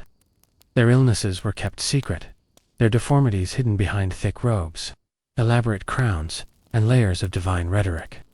Imagine being 15 and expected to oversee the fate of Egypt, your voice trembling with pain during mourning ceremonies, your spine aching as you sat for hours in judgment, knowing you might not live to see 30. Imagine the pressure of having to marry your own sister, knowing it wasn't love or companionship, but a ritual designed to trap you both in the same doomed blood cycle. Royal women didn't escape this fate either. Queens and princesses were often married off to brothers or cousins, expected to produce heirs quickly, and then fade into the background. Many died young during childbirth, another brutal byproduct of repeated genetic strain. Some scholars suggest that repeated miscarriages and stillbirths were common in the royal households. Though such tragedies were not recorded publicly, they were whispered about in the temple corridors, seen in hastily abandoned tombs for children who never ruled, and deduced from CT scans and DNA testing millennia later. What makes this even more tragic is that Egyptian society, outside the royal court, did not operate this way. Commoners married widely, and their familial networks were vast. It was only the divine elite, trapped in the belief that their power came from purity, who poisoned their lineage with repetition. Pharaohs were paradoxes, icons of strength, but riddled with fragility, surrounded by gold, but imprisoned by blood. They might rule with absolute power, but they couldn't change their own biology. Even if a pharaoh wanted to break the cycle, he couldn't. Marrying outside the royal family could be seen as weakening the divine bloodline or undermining the connection to Horus and Ra. That connection was everything. Without it, you were just another man pretending to be something greater. So the curse continued, generation after generation. Even when pharaohs knew they were risking their children's lives, they obeyed the tradition. Because to defy it was to risk losing heaven's favor and perhaps their throne. In this cruel arrangement, love had no place. Choice had no place. Health had no place. The preservation of divine status outweighed everything, including the survival of the very people meant to carry it. When archaeologists opened royal tombs and found the remains of young kings barely into adulthood, their bones marked with arthritis, scoliosis, fused joints, or signs of massive infections, the myth of the flawless god-king was shattered, but, in their time, no one dared to admit it. The pharaoh was perfect. He had to be. Even if he limped in the dark, gasped for breath behind the curtain, and prayed that his heir would live longer than he had. The cost of divine blood wasn't just pain, it was silence. To live as a pharaoh was to live beneath the scorching glare of both the sun and the people every moment meticulously watched. Every gesture interpreted as a symbol of divine will. There is no such thing as solitude in a palace carved by rituals and bound by expectations. The pharaoh was never alone, not even in death, but especially not in life. From the moment of waking, gently stirred, not by a lover or a moment of peace, but by the soft chants of temple priests ready to begin the day's purification. Writes the pharaoh's body was no longer his own. He was to be bathed in sacred water by acolytes, anointed with perfumed oils chosen for their divine association with Horus or Osiris, and clothed, not for comfort, but for significance. Each fabric held meaning. Each color was chosen to project divine authority, fertility, or battle readiness. Before breakfast, the pharaoh might have already performed 2 rituals, met with priests, received incense offerings, and heard omens, interpreted by court astrologers. And the day had barely begun. The public image of the pharaoh was paramount. This meant appearing in daily temple processions, waving from the balconies of the palace, and being seen by the populace at feasts and sacred celebrations. It didn't matter if the pharaoh was sick, grieving, or simply exhausted. He was not allowed the humanity of rest. The image had to remain untouched. Pharaohs were required to bless grain before the harvest, offer sacrifices at specific lunar intervals, preside over public festivals in sweltering heat, wearing gold and lapis-encrusted crowns that weighed heavily on their temples. Everything was symbolic, ceremonial, choreographed, and at all times he was observed. By nobles, by servants, by spies from rival families within the palace itself. Even family members weren't truly safe. Confidants each had their own ambitions, and a pharaoh's weakness could become someone else's power. There were no informal spaces, no corner of the palace where one could slump into a chair, stretch out their legs, and sigh. Even private chambers were staffed.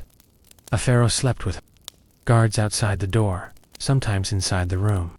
Attendants remained present through most of the night to monitor his breathing, temperature, or readiness for sudden omens that might demand a midnight ceremony.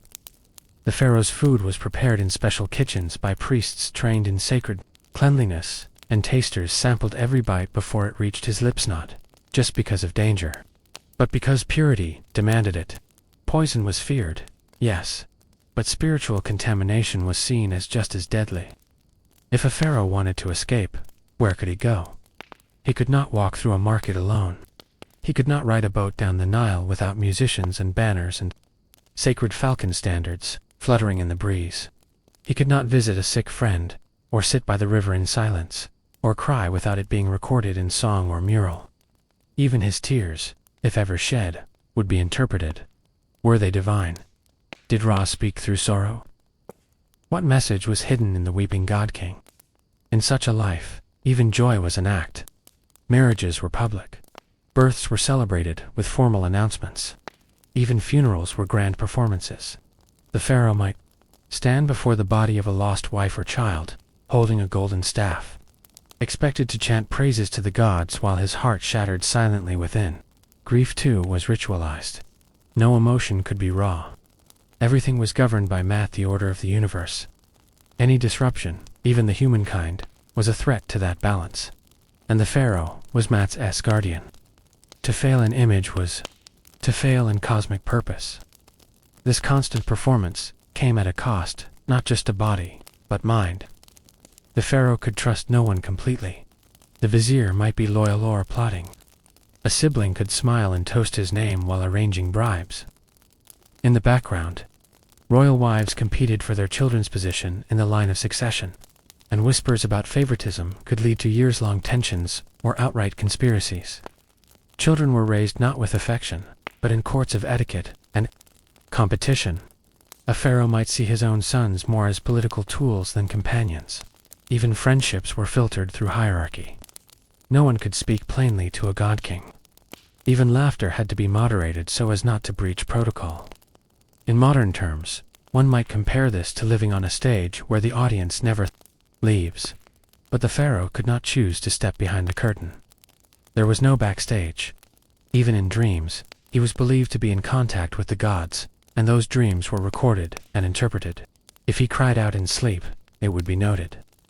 If he appeared troubled, a series of purification rituals would be ordered the next morning. The pressure was relentless. One wrong word could cause a drought, at least in the minds of the people. One gesture misread could lead to panic, riots, or priestly intervention. Imagine the weight of thousands of lives tied to your facial expression, your posture during a festival, your ability to stand upright after a fever. That wasn't power. That was entrapment in gold. The throne glittered, yes, but it was nailed down to a cage.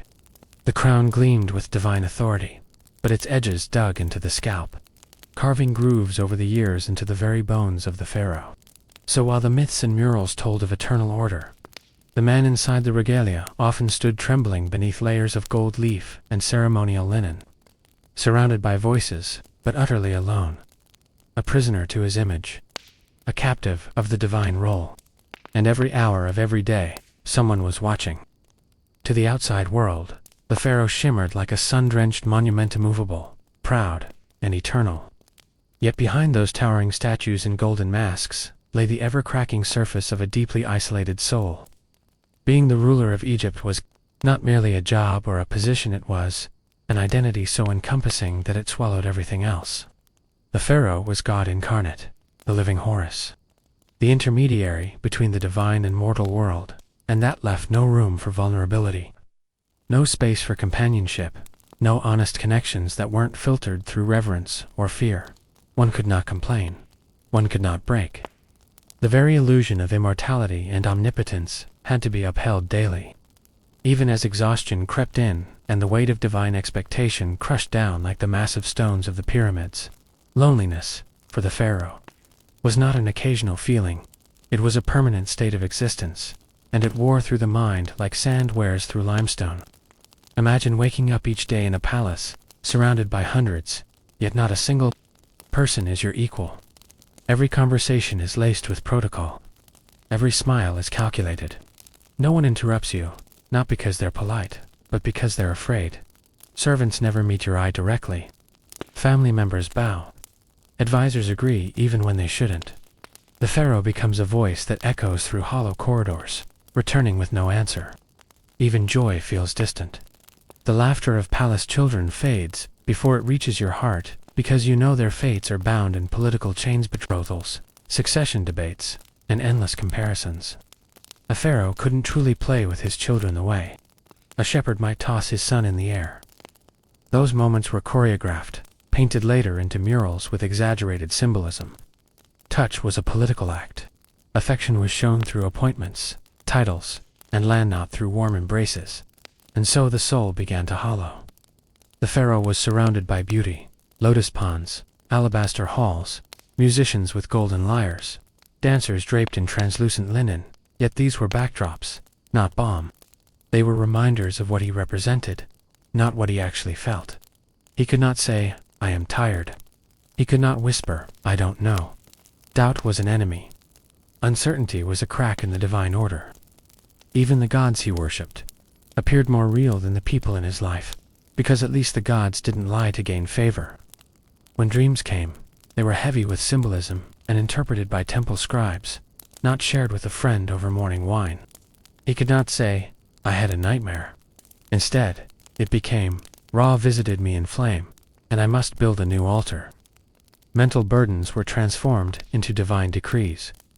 There was no outlet, only output. Over time, this psychological weight became its own form of madness. Paranoia was common among pharaohs, not just of assassins or rival heirs, but of being forgotten. Immortality was promised only to those remembered, so every act became a campaign against time. Monuments were not built merely for glory, but out of desperation. If people stopped chanting your name, your soul withered in the afterlife. So each pharaoh demanded bigger temples, more obelisks, longer hymns, more elaborate tombs. These weren't mere vanity projects, they were psychic lifelines, desperate pleas to be anchored in eternity. And yet, despite all this, the pharaoh aged.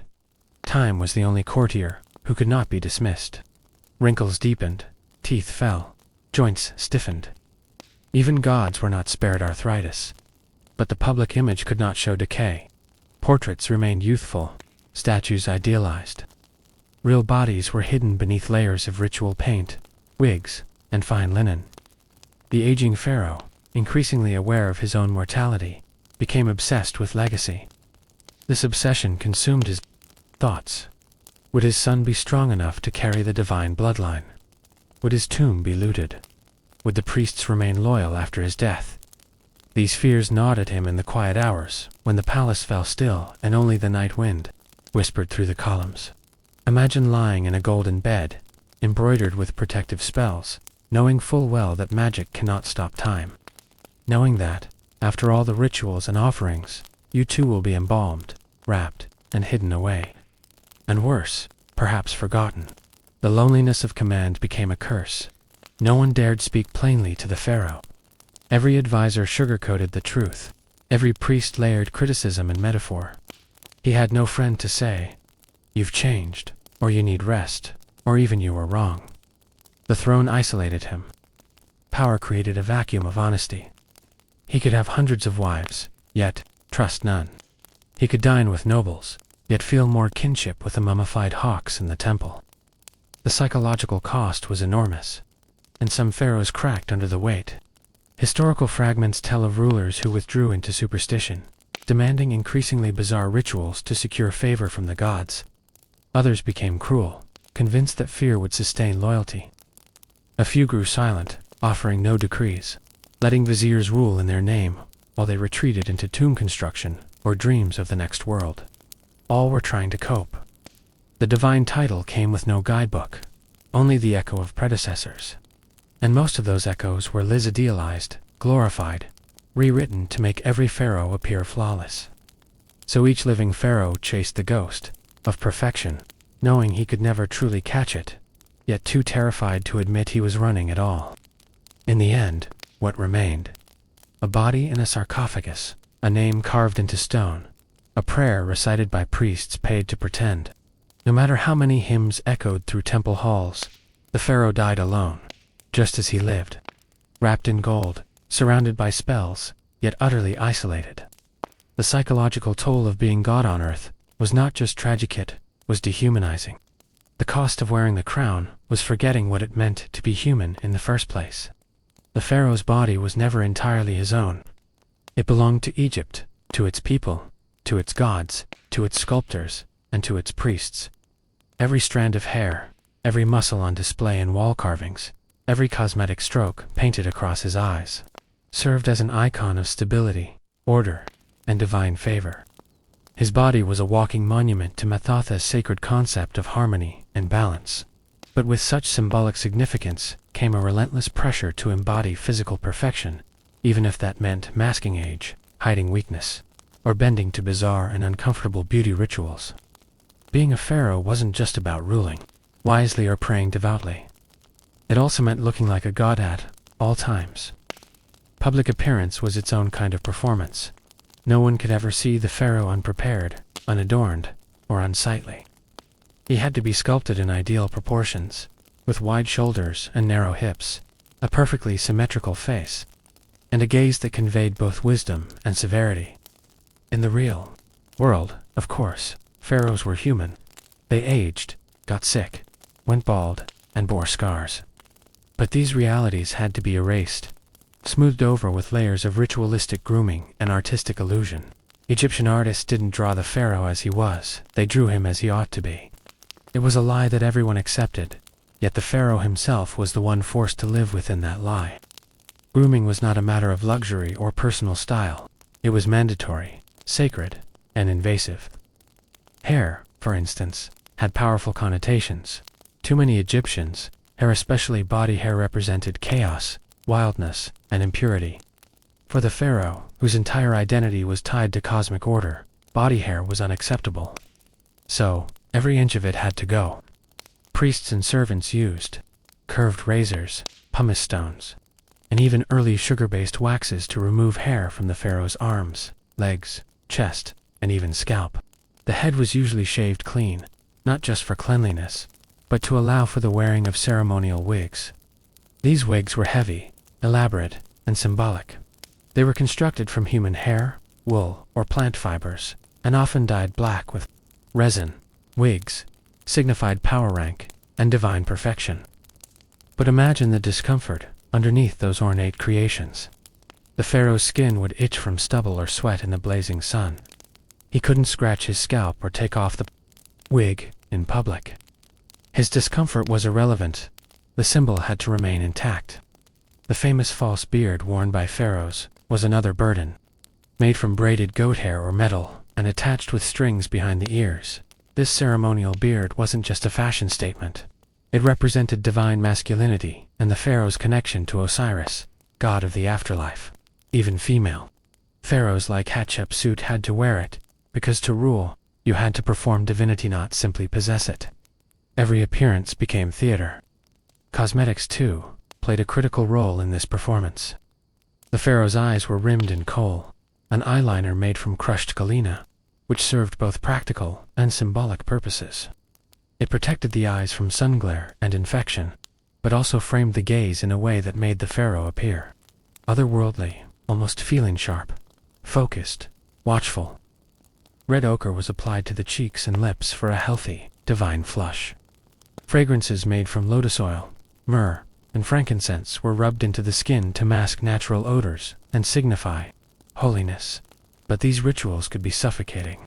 The layers of oils, makeup, and perfumes didn't just beautify. They transformed the pharaoh into a canvas, a living statue, not a person. Every wrinkle, pimple, or blemish had to be treated or hidden. Skincare was a national concern, not a private one. Servants prepared daily baths with mineral salts and milk. Physicians mixed salves of honey and herbs. A dry patch of skin wasn't just a health issue. It was a symbolic fracture in the illusion of godhood. Even posture had meaning. The pharaoh had to walk, sit, and gesture in prescribed ways. The crook and flail, the iconic symbols of rulership, were not simply carried. They were held in stylized positions that conveyed dominance and order. Movements were choreographed for rituals, parades, and ceremonies. A misstep during a temple offering could be interpreted as an omen. Every physical act was a sacred performance, and the pressure never let up. From the moment a pharaoh awoke to the moment he retired to his gilded bed, every gesture, every breath, every blink had symbolic weight. Even in sleep, the body was treated with reverence. Dreams were recorded and interpreted. The sleeping pharaoh was watched over by guards and attendants. His position in bed was arranged according to ritual. He slept wrapped in linen, perfumed, shielded by amulets, and surrounded by spells. The body, even in rest, had to exude divinity. But the toll of this ceaseless performance was enormous. The pharaoh could never let his guard down, never slump. In a chair, never age gracefully, never sneeze or cough without it being recorded in official logs. A gray hair might cause palace whispers. A limp could lead to political instability. In a society where physical perfection was equated with divine favor, any deviation was dangerous. Some pharaohs became obsessed with their appearance. They demanded more elaborate wigs, younger companions, more powerful perfumes. They ordered portraits redone, statues altered. Others grew paranoid, fearing that any sign of weakness would invite rebellion or betrayal. The pressure to maintain physical perfection wasn't just cosmetic, it was existential. And when death finally came, the obsession with the body continued. Embalmers worked tirelessly to preserve the pharaoh's corpse in ideal form. Organs were removed, cavities filled, skin darkened with resins, and limbs wrapped in intricate layers of linen. Masks of gold and precious stones were placed over the face, not merely for beauty, but to restore the illusion of perfection in death that had been so carefully constructed in life. Even in the afterlife, the pharaoh had to look like a god. In the end, the body was not a home, it was a temple constantly under renovation. A sacred shell whose cracks had to be hidden, whose flaws had to be painted over. The pharaoh didn't own his body, Egypt did, and the cost of that symbolism was a lifetime spent as a breathing statue, gilded, adored, and utterly imprisoned by perfection. For all their gold, palaces, and sacred status, the daily meals of Egyptian pharaohs might seem surprisingly humble or at least rigidly ceremonial to our modern sensibilities. Food in ancient Egypt wasn't just about nutrition or indulgence. It was deeply woven into religious meaning, seasonal cycles, and class distinction. For the pharaoh, every bite was a statement of cosmic order, cultural tradition, and political authority. Yet beneath this ceremonial rigidity lay human cravings, quiet rebellions of appetite, and a carefully managed kitchen staff tasked with keeping Egypt's divine monarch both spiritually pure and physically satisfied. To understand what pharaohs actually ate, one must first understand what Egyptians believed about food. The Nile, with its dependable flooding, provided rich agricultural bounty: barley, wheat, lentils, leeks, dates, and figs. Bread and beer formed the cornerstone of the commoner's diet. And for pharaohs, these staples remained important, but only in their most refined forms. Bread served to represent life, sustenance, and order. But pharaohs didn't eat the rough, sandy loaves baked by peasants that could grind down one's teeth. Instead, Palace bakeries produced delicately sifted white loaves, seasoned with honey, herbs, and sometimes sesame or fruit. These luxury breads were sculpted into shapes for religious feast slaughterhouses, cattle, or birds and paired with lavish accompaniments. Honey was a symbol of royalty, purity, and divine favor. And pharaohs often indulged in honey-drenched pastries or dried fruits soaked in syrup. Beer, likewise, wasn't the gritty, fermented gruel drunk by farmers. The pharaoh's beer was filtered, flavored, and made from the choicest grains. But despite being a common beverage, wine held greater prestige, particularly red wine from the Nile Delta or imported vintages from the Levant. Stored in amphorae, marked with vineyard and vintage, wine was considered sacred, even magical. It was poured for gods and consumed in limited rituals by the pharaoh himself. Red like the blood of the gods, intoxicating like divine ecstasy. Meat was another important marker of wealth and ritual. While the common people rarely tasted beef, pharaohs had access to it routinely, though again, not casually. Cattle were sacred, and their slaughter was an act of profound religious significance. When the pharaoh dined on roast ox or beef stew, it usually followed a temple sacrifice or celebration. Poultry, duck, goose, quail was more common, and often prepared with garlic, coriander, and onions. Fish from the Nile was served fresh or dried, though some pharaohs abstained from fish due to its religious associations, especially in regions where certain fish were considered taboo or sacred to specific gods. The pharaoh's kitchens were vast, with hierarchies of chefs, brewers, butchers, and servers. Special rooms were dedicated to bread making, meat preparation, and dessert creation. Ingredients came from royal estates or were delivered as tribute from provinces. Spices and delicacies, like cinnamon or myrrh, were imported through trade networks, arriving in ornate jars and containers from distant lands. Meals were often eaten alone or in very small company, unlike modern royal banquets. Pharaohs didn't host daily feasts surrounded by nobles. Privacy was a matter of ritual, not preference. Eating was a sacred act, not a social one. Foods were chosen based on festivals, religious events, celestial movements, and seasonal offerings. However, behind the scenes, human tastes always crept in. While records emphasize ritual and symbolism, some pharaohs clearly had personal preferences. Ramses II, for instance, is believed to have favored garlic and onions, ingredients linked to strength and masculinity. Akhenaten, the heretic king, banned many traditional foods from temples. But archaeological remains suggest his court indulged in figs, duck, and exotic sweets. One of the most fascinating discoveries from Tutankhamun's tomb was not just his gold mask or jewelry, but the jars of food buried with him. These included richly spiced meats, dried fruits, and fine wine, suggesting not just what he ate, but what he wanted to eat in the afterlife. Food, after all, traveled with you. Pharaohs were often buried with recipes and ingredients, as if their appetites would continue beyond death. But appetites also had to be controlled. Certain foods were off limits during purification rituals, eclipses, or periods of mourning. Fasting was common before major ceremonies, and while gluttony might be tolerated in a foreign diplomat, it was unseemly in a pharaoh. To eat too much was to suggest human frailty. To eat too little was to risk appearing ungrateful to the gods. The balance was delicate. Moreover, food was political.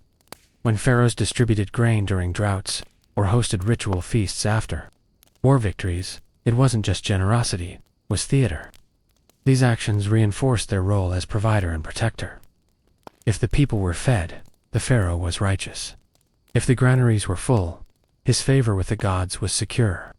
But if famine struck, or if mold infected the royal bakeries, murmurs could start. Was the king still blessed? Was his divine connection weakening? Even a spoiled loaf could have consequences. And so, the pharaoh's meals were managed like state secrets. Taster slaves and court physicians monitored every dish for poison. Storage jars were sealed with official stamps. The kitchen staff could be punished severely if a dish was poorly prepared, especially during rituals. A single culinary mistake could offend a god or spark paranoia within the palace. Yet the cravings of pharaohs persisted. They longed, occasionally, for simplicity, for a forbidden garlic sausage, for dried fish, for a farmer's cheese. They might ask in private for dishes frowned upon by the temple priests, or they might sneak a honey date while fasting, a small rebellion in a life of constraints.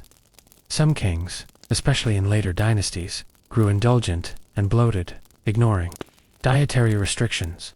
This led to gout, obesity, and diabetes-like symptoms.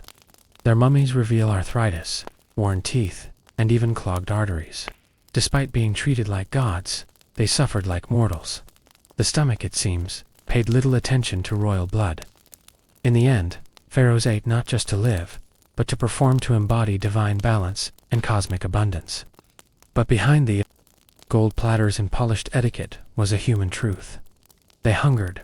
They had tastes, preferences, dislikes. They could be picky, greedy, or easily satisfied. They chewed slowly, sighed with pleasure, or winced at bitterness. They were watched, praised, and judged with every bite. And when they died, their cravings were embalmed beside them, sealed in clay jars, wrapped in linen, ready to feed them in eternity. Even in the afterlife, hunger remained all enow. It had to be satisfied by magic and memory. And so, in a golden tomb, surrounded by spices and dried meats, the pharaoh lay dreaming, not of power, but of one more perfect meal. Despite the shimmering halls of gold, the elaborately carved pillars, and the sweet wafts of lotus perfume that drifted across the polished floors of the pharaoh's palace, life inside the royal court was often anything but serene. Behind the regal titles, decorative scepters, and ceremonial processions, a thick fog of paranoia and political maneuvering clouded the air. So much so that a single whispered rumor could determine who rose to untouchable luxury or who plummeted to an anonymous death. For many courtiers, nobles, scribes, and even members of the pharaoh's extended family, every day inside the royal court was an exhausting, high-stakes performance, layered in etiquette, manipulation, and quiet fear. While from the outside the court seemed to be a place of divine order and cosmic harmony. Within its walls, every interaction had the potential to change destinies.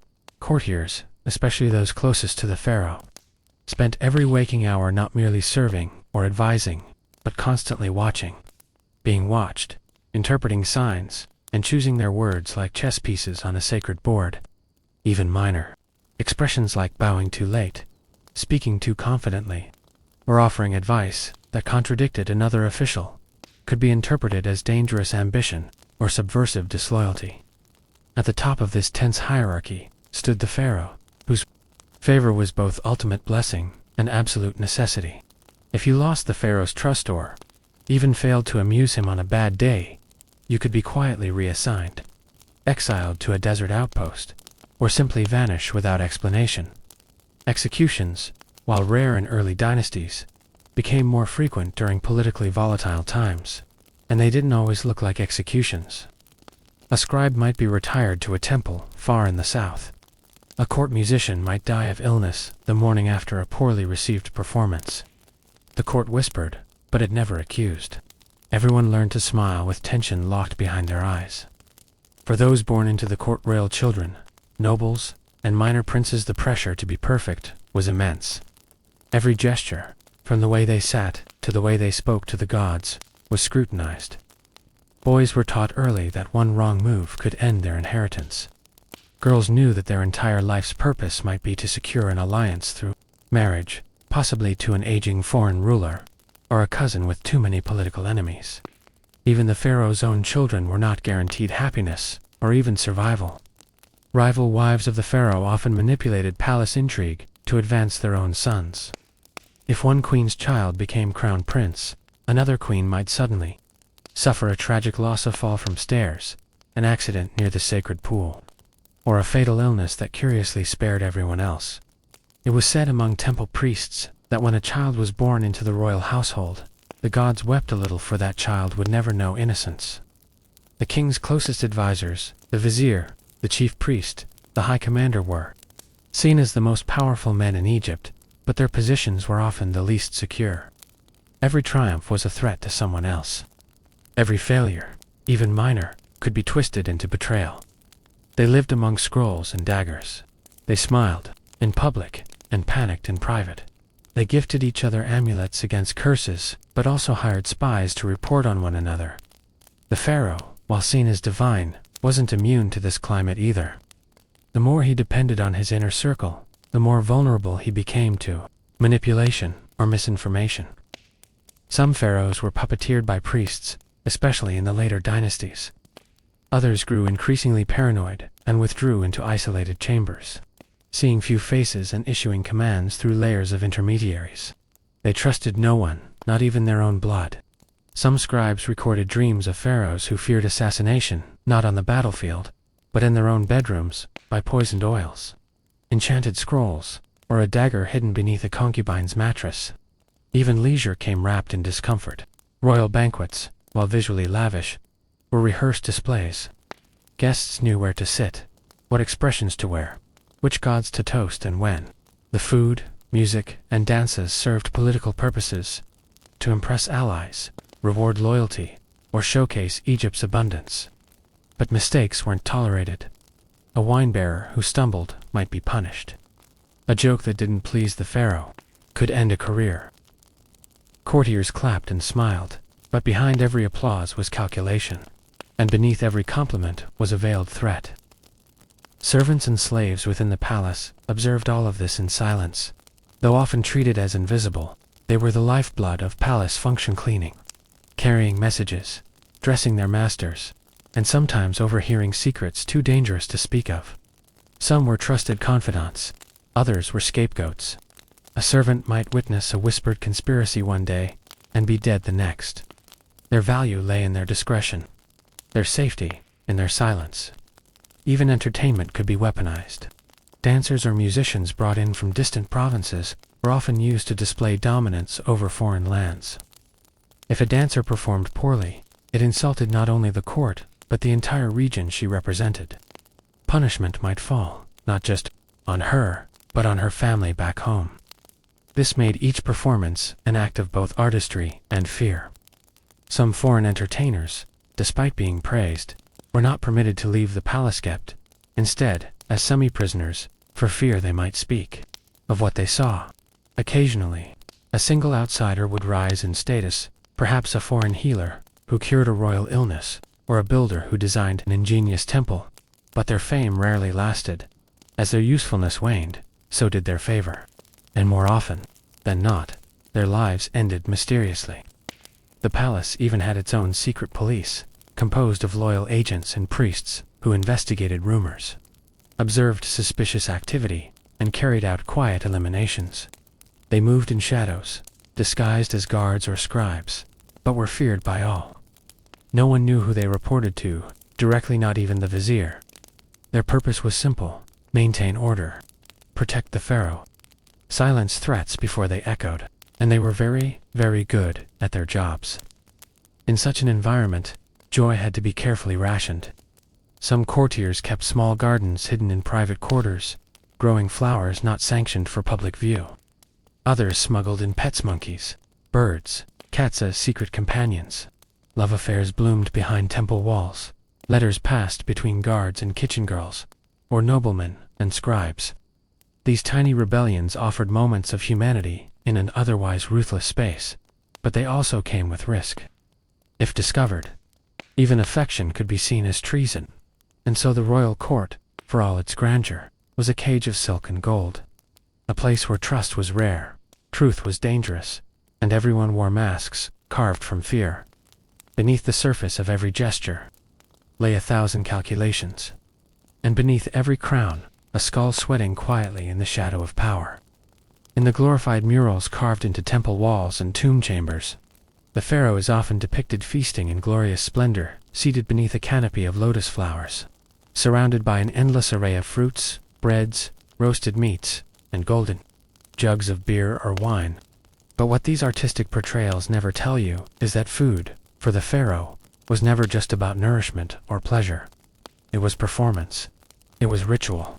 It was a show of divine harmony that required 1,000 moving pieces, all orchestrated to ensure that the pharaoh's mouth never tasted anything ordinary. And yet, ironically, the more divine and elevated the pharaoh's food became, the less enjoyable it often was. Imagine waking up each morning knowing that what you ate had already been offered to the gods first, scrutinized by priests, inspected by food tasters, catalogued by scribes, and blessed with incantations before it even touched your lips. A simple breakfast wasn't just bread and figs, was a symbol of mad, cosmic order, and eating it wrong could be seen as inviting chaos. While the common Egyptian might start their day with flatbread, lentils, and onions, the pharaoh's meal began hours earlier in the royal kitchens, where dozens of servants prepared multiple options under tight supervision. Grains had to be ground fresh, the flour sifted exactly 7 times, dates had to be plump, never wrinkled. Honey was measured, drop by drop, and every fish or cut of meat was inspected for omens, strange patterns in the flesh, unusual colors, even how it smelled when it sizzled. Certain days called for ceremonial abstinence from specific foods, while others demanded indulgence. Some pharaohs reportedly became obsessed with specific dishes like spit-roasted goose stuffed with figs, or barley cakes soaked in lotus nectar. When that happened, the entire kitchen system shifted to revolve around satisfying that fixation. But this obsession often became a curse. Because the pharaoh's tastes were considered sacred, no one could contradict them. If he suddenly found a food too sour or too oily, the entire recipe was reworked. If he suffered stomach pain, entire menus could be banned. Some pharaohs developed chronic digestion issues from overeating or consuming overly complex meals designed more for symbolism than nutrition. Priests and physicians often disagreed, one recommending fasting, the other prescribing exotic remedies like powdered turquoise or fermented ostrich egg yolk stirred into goat milk. One pharaoh, Amenhotep III, was rumored to have a sweet tooth so intense that dozens of honey-based confections were invented solely for his table. But his health deteriorated rapidly, and temple scrolls record a mysterious condition that caused his skin to yellow and swell. Physicians blamed divine imbalance, but it was likely something far more mundane: too much sugar. Too often, with no one brave enough to intervene, the act of eating itself was often lonely. The pharaoh almost never dined with others casually. Meals were solitary or highly staged, sometimes shared with a queen or favored child, but rarely with friends. Eating in public was considered undignified unless it was part of a ritual. So instead of banter or laughter, meals were accompanied by music from trained harpists or singers who performed specific songs depending on the dish served. There were songs for melon, songs for duck, songs for the drinking of date wine, all written to reinforce the sense that every moment was sacred. And yet, imagine trying to enjoy your food with a priest chanting over your shoulder, or a scribe recording the pace at which you chewed. Even worse was the ever-present fear of poison. Though not common in early dynasties, by the New Kingdom, political tensions made food a potential weapon. Every item served to the pharaoh had to pass through a chain of guards, tasters, and overseers. Food tasters, usually lower-ranked officials, or even slaves, were trained not only to detect bitterness or strange scents, but also to observe how a dish affected their body within minutes. If a taster collapsed, the meal was discarded. If they survived, it was deemed safe. But survival didn't always mean safety. Some poisons took hours or days to work. One pharaoh, thought to be Ramses VIII, died suddenly after a banquet, leading to widespread panic in the palace. His food taster vanished the next morning. No records of his trial exist. Not all meals were luxurious. During festivals, or after victories, the pharaoh was expected to partake in certain ritual meals that included simple dishes like onions, garlic, and unleavened bread, foods meant to connect him with the common people. But even these were produced under excessive formality. The irony was staggering. The pharaoh could not freely eat the very foods his people enjoyed most. He could not sit on a riverbank and snack on fresh fish grilled over fire, or enjoy a cold beer in the fields without turning the entire experience into a cosmic performance. Some pharaohs grew resentful of this. Akhenaten, the heretic king, drastically altered court rituals, including meals, allowing for more private, even chaotic dining environments. His art shows him and Queen Nefertiti eating casually, without the stiffness of previous depictions. But many priests and nobles saw this as blasphemy. To them, Food wasn't just food, was a cosmic bridge, and to treat it as ordinary was to insult the gods. Others went in the opposite direction. Ramses II elevated dining into such a ritualized experience that his kitchens were practically temples. Scrolls from his reign describe golden molds, shaped like sacred animals, breads, dyed with lapis pigments, and live peacocks, used as centerpieces, not to be eaten, but to create an aura of mythic grandeur. Servants moved in choreographed silence, dishes were served on papyrus leaves, blessed by priests, and even water had to be drawn from specific Nile tributaries, believed to be purer.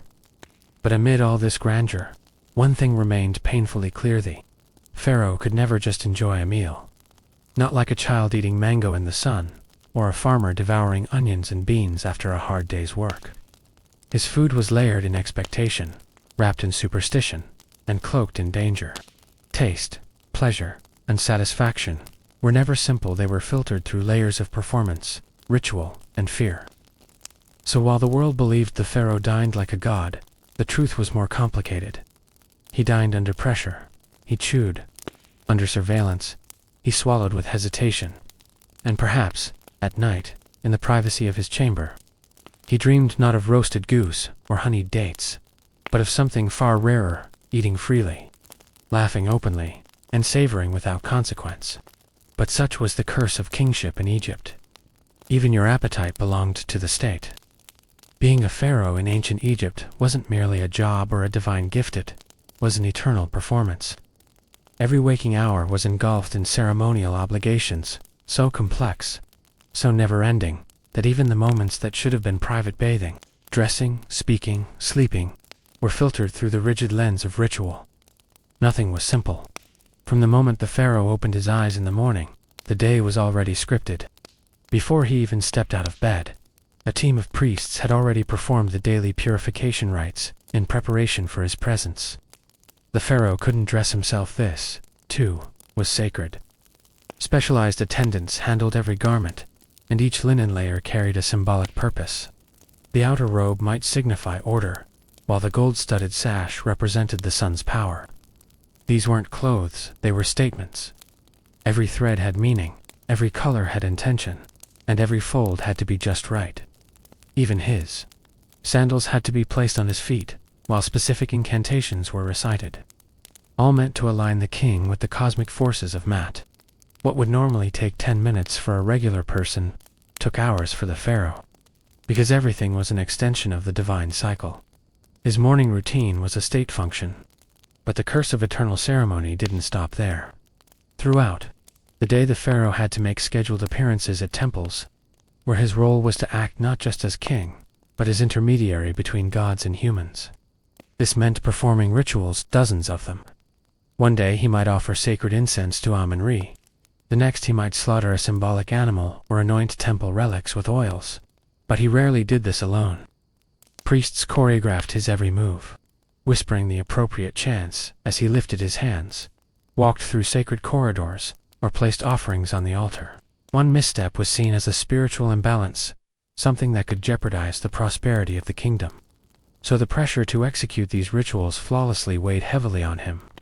He was constantly being watched not just by humans, but by the gods, or so he was told. Imagine the psychological toll.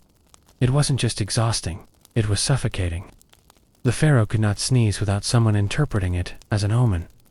He couldn't laugh too loudly, or frown at the wrong time, without that moment being immortalized in gossip or official record.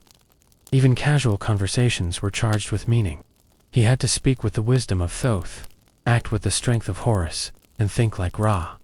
There was no space to simply be a man. Even sleep was ceremonial. Before retiring, the pharaoh's chambers were purified. Incense burned in specific sequences. He had to wash his hands with water from sacred sources.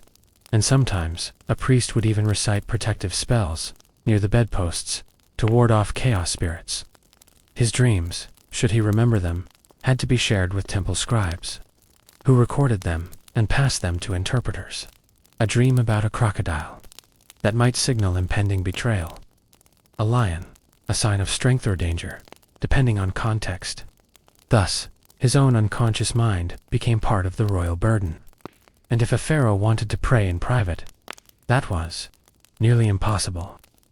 Personal spirituality had no room in the bureaucracy of divinity. His prayers were scripted by others. Even his words to the gods were not his own, but echoes of older kings, written down generations earlier. This removed any intimacy from his faith. He wasn't allowed to question, doubt, or plead not in the way ordinary people could. His spiritual life was controlled, monitored, and institutionalized. If the gods spoke to him, they were expected to follow the established format. Imagine being seen as the living embodiment of Horus, but never once being allowed to express your own fears aloud. When the pharaoh participated in festivals, things only grew more elaborate. Take the Opet festival in Thebes. For several days, the pharaoh was paraded through streets, temples, and ceremonial barges as thousands of priests, dancers, and musicians honored his presence. He had to smile, wave, stand tall, and embody perfection, even if he was tired, ill, or grieving. During these public spectacles, even a moment of visible fatigue could be interpreted as a sign of weakness. Every movement had political and spiritual significance. The worst part, these ceremonies happened constantly. Between agricultural festivals, temple dedications, military rituals, and astronomical alignments, the pharaoh's calendar was bloated beyond comprehension. His schedule was so jammed with rituals that scribes had to create entire departments just to track ceremonial logistics. Sometimes, ceremonies overlapped, one for Osiris in the morning, another for Hathor at noon, a third for Ptah before sunset. This meant the pharaoh often had to switch garments, switch personas, and recite new chants several times a day. It wasn't just spiritually exhausting, it was physically draining, and there was no room to complain. To do so would have been seen as rejecting the divine favor that placed him on the throne in the first place. So even if he was limping from injury, feverish with illness, or heartsick from the loss of a loved one, he still had to perform. The ritual had to go on. The crown couldn't falter. Even the pharaoh's interactions with his family were filtered through ceremonial norms. He couldn't simply hug a child or kiss a wife in front of others. That would seem too human. Instead, he had to maintain a controlled distance, a dignified affection that kept his divine image intact. His sons and daughters addressed him not as father, but often as lord or life of the two lands. And he, in return, was expected to model divine fatherhoods, strong, wise, and slightly removed. These family roles were extensions of the ritual machine. There was no true escape. Even retirement wasn't an option. Pharaohs didn't resign. They either ruled until death or were forcibly removed by palace conspiracies. The very idea of a pharaoh stepping down was sacrilegious. And even in death, the ceremony never stopped. His mummification process took 70 days, involving dozens of prayers, chants, and offerings. His tomb was filled with instructions, amulets, and sacred items to help him continue his ceremonial obligations in the afterlife. Because Yeseven, after death, the pharaoh was expected to perform. He had to pass through 12 gates, defeat serpents, and recite protective spells in the afterworld to ensure he merged with the sun god. Ra. There was no such thing as rest. The afterlife was just another kingdom to rule. So, while the title of pharaoh came with immense power, it was also a spiritual prison. A gilded cage made of gold, incense, and expectation. From birth until death and, even beyond, he was a puppet of cosmic order. His every move orchestrated by generations of priests and traditions. And while his people saw him as a living god, he may have secretly longed for something far more ordinary. A moment of quiet, a life without scripts, a simple morning without ritual. But that was the ultimate irony. He had everything except freedom.